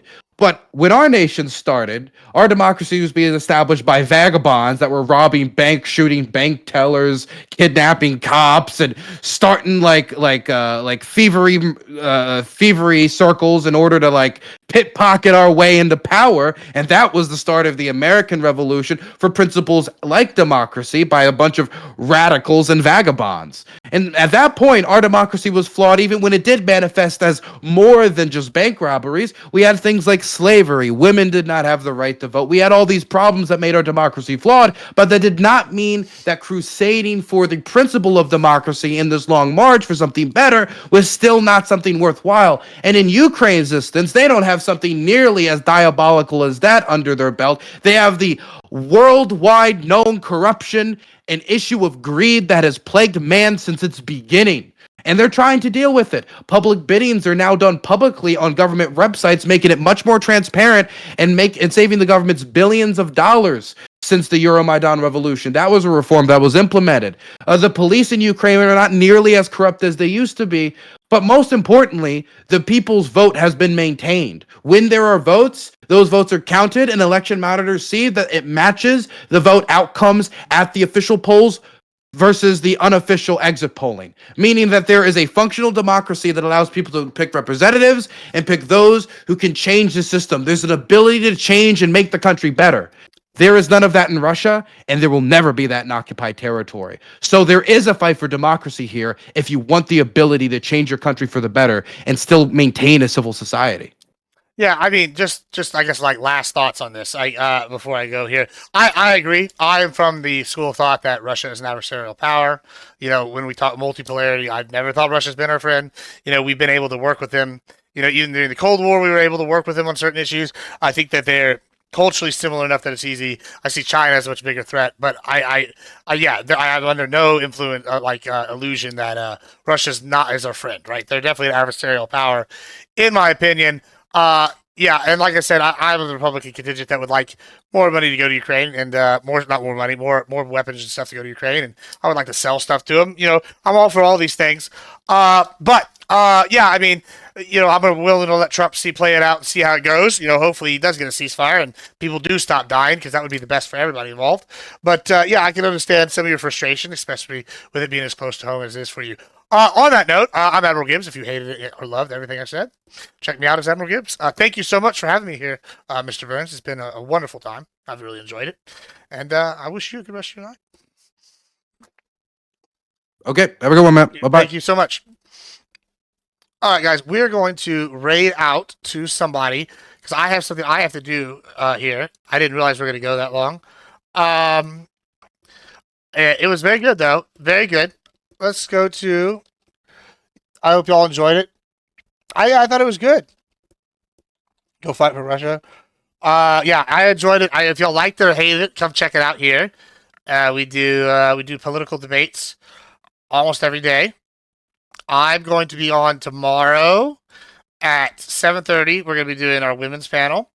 And then at Yeah, Admiral Scary Cat, bro. Yeah, the fear has got me by the balls, boys. But yeah. So tomorrow we're gonna be doing our women's panel at 7:30. Thursday, stay tuned. We will have our 7:30 Give Me a Break panel, but we're also gonna might potentially be doing a 5 o'clock panel. Then on Friday we are going to be doing a econ panel at 5 p.m. Central Time. We're gonna have some good people on there. I got Wick on there. We're gonna have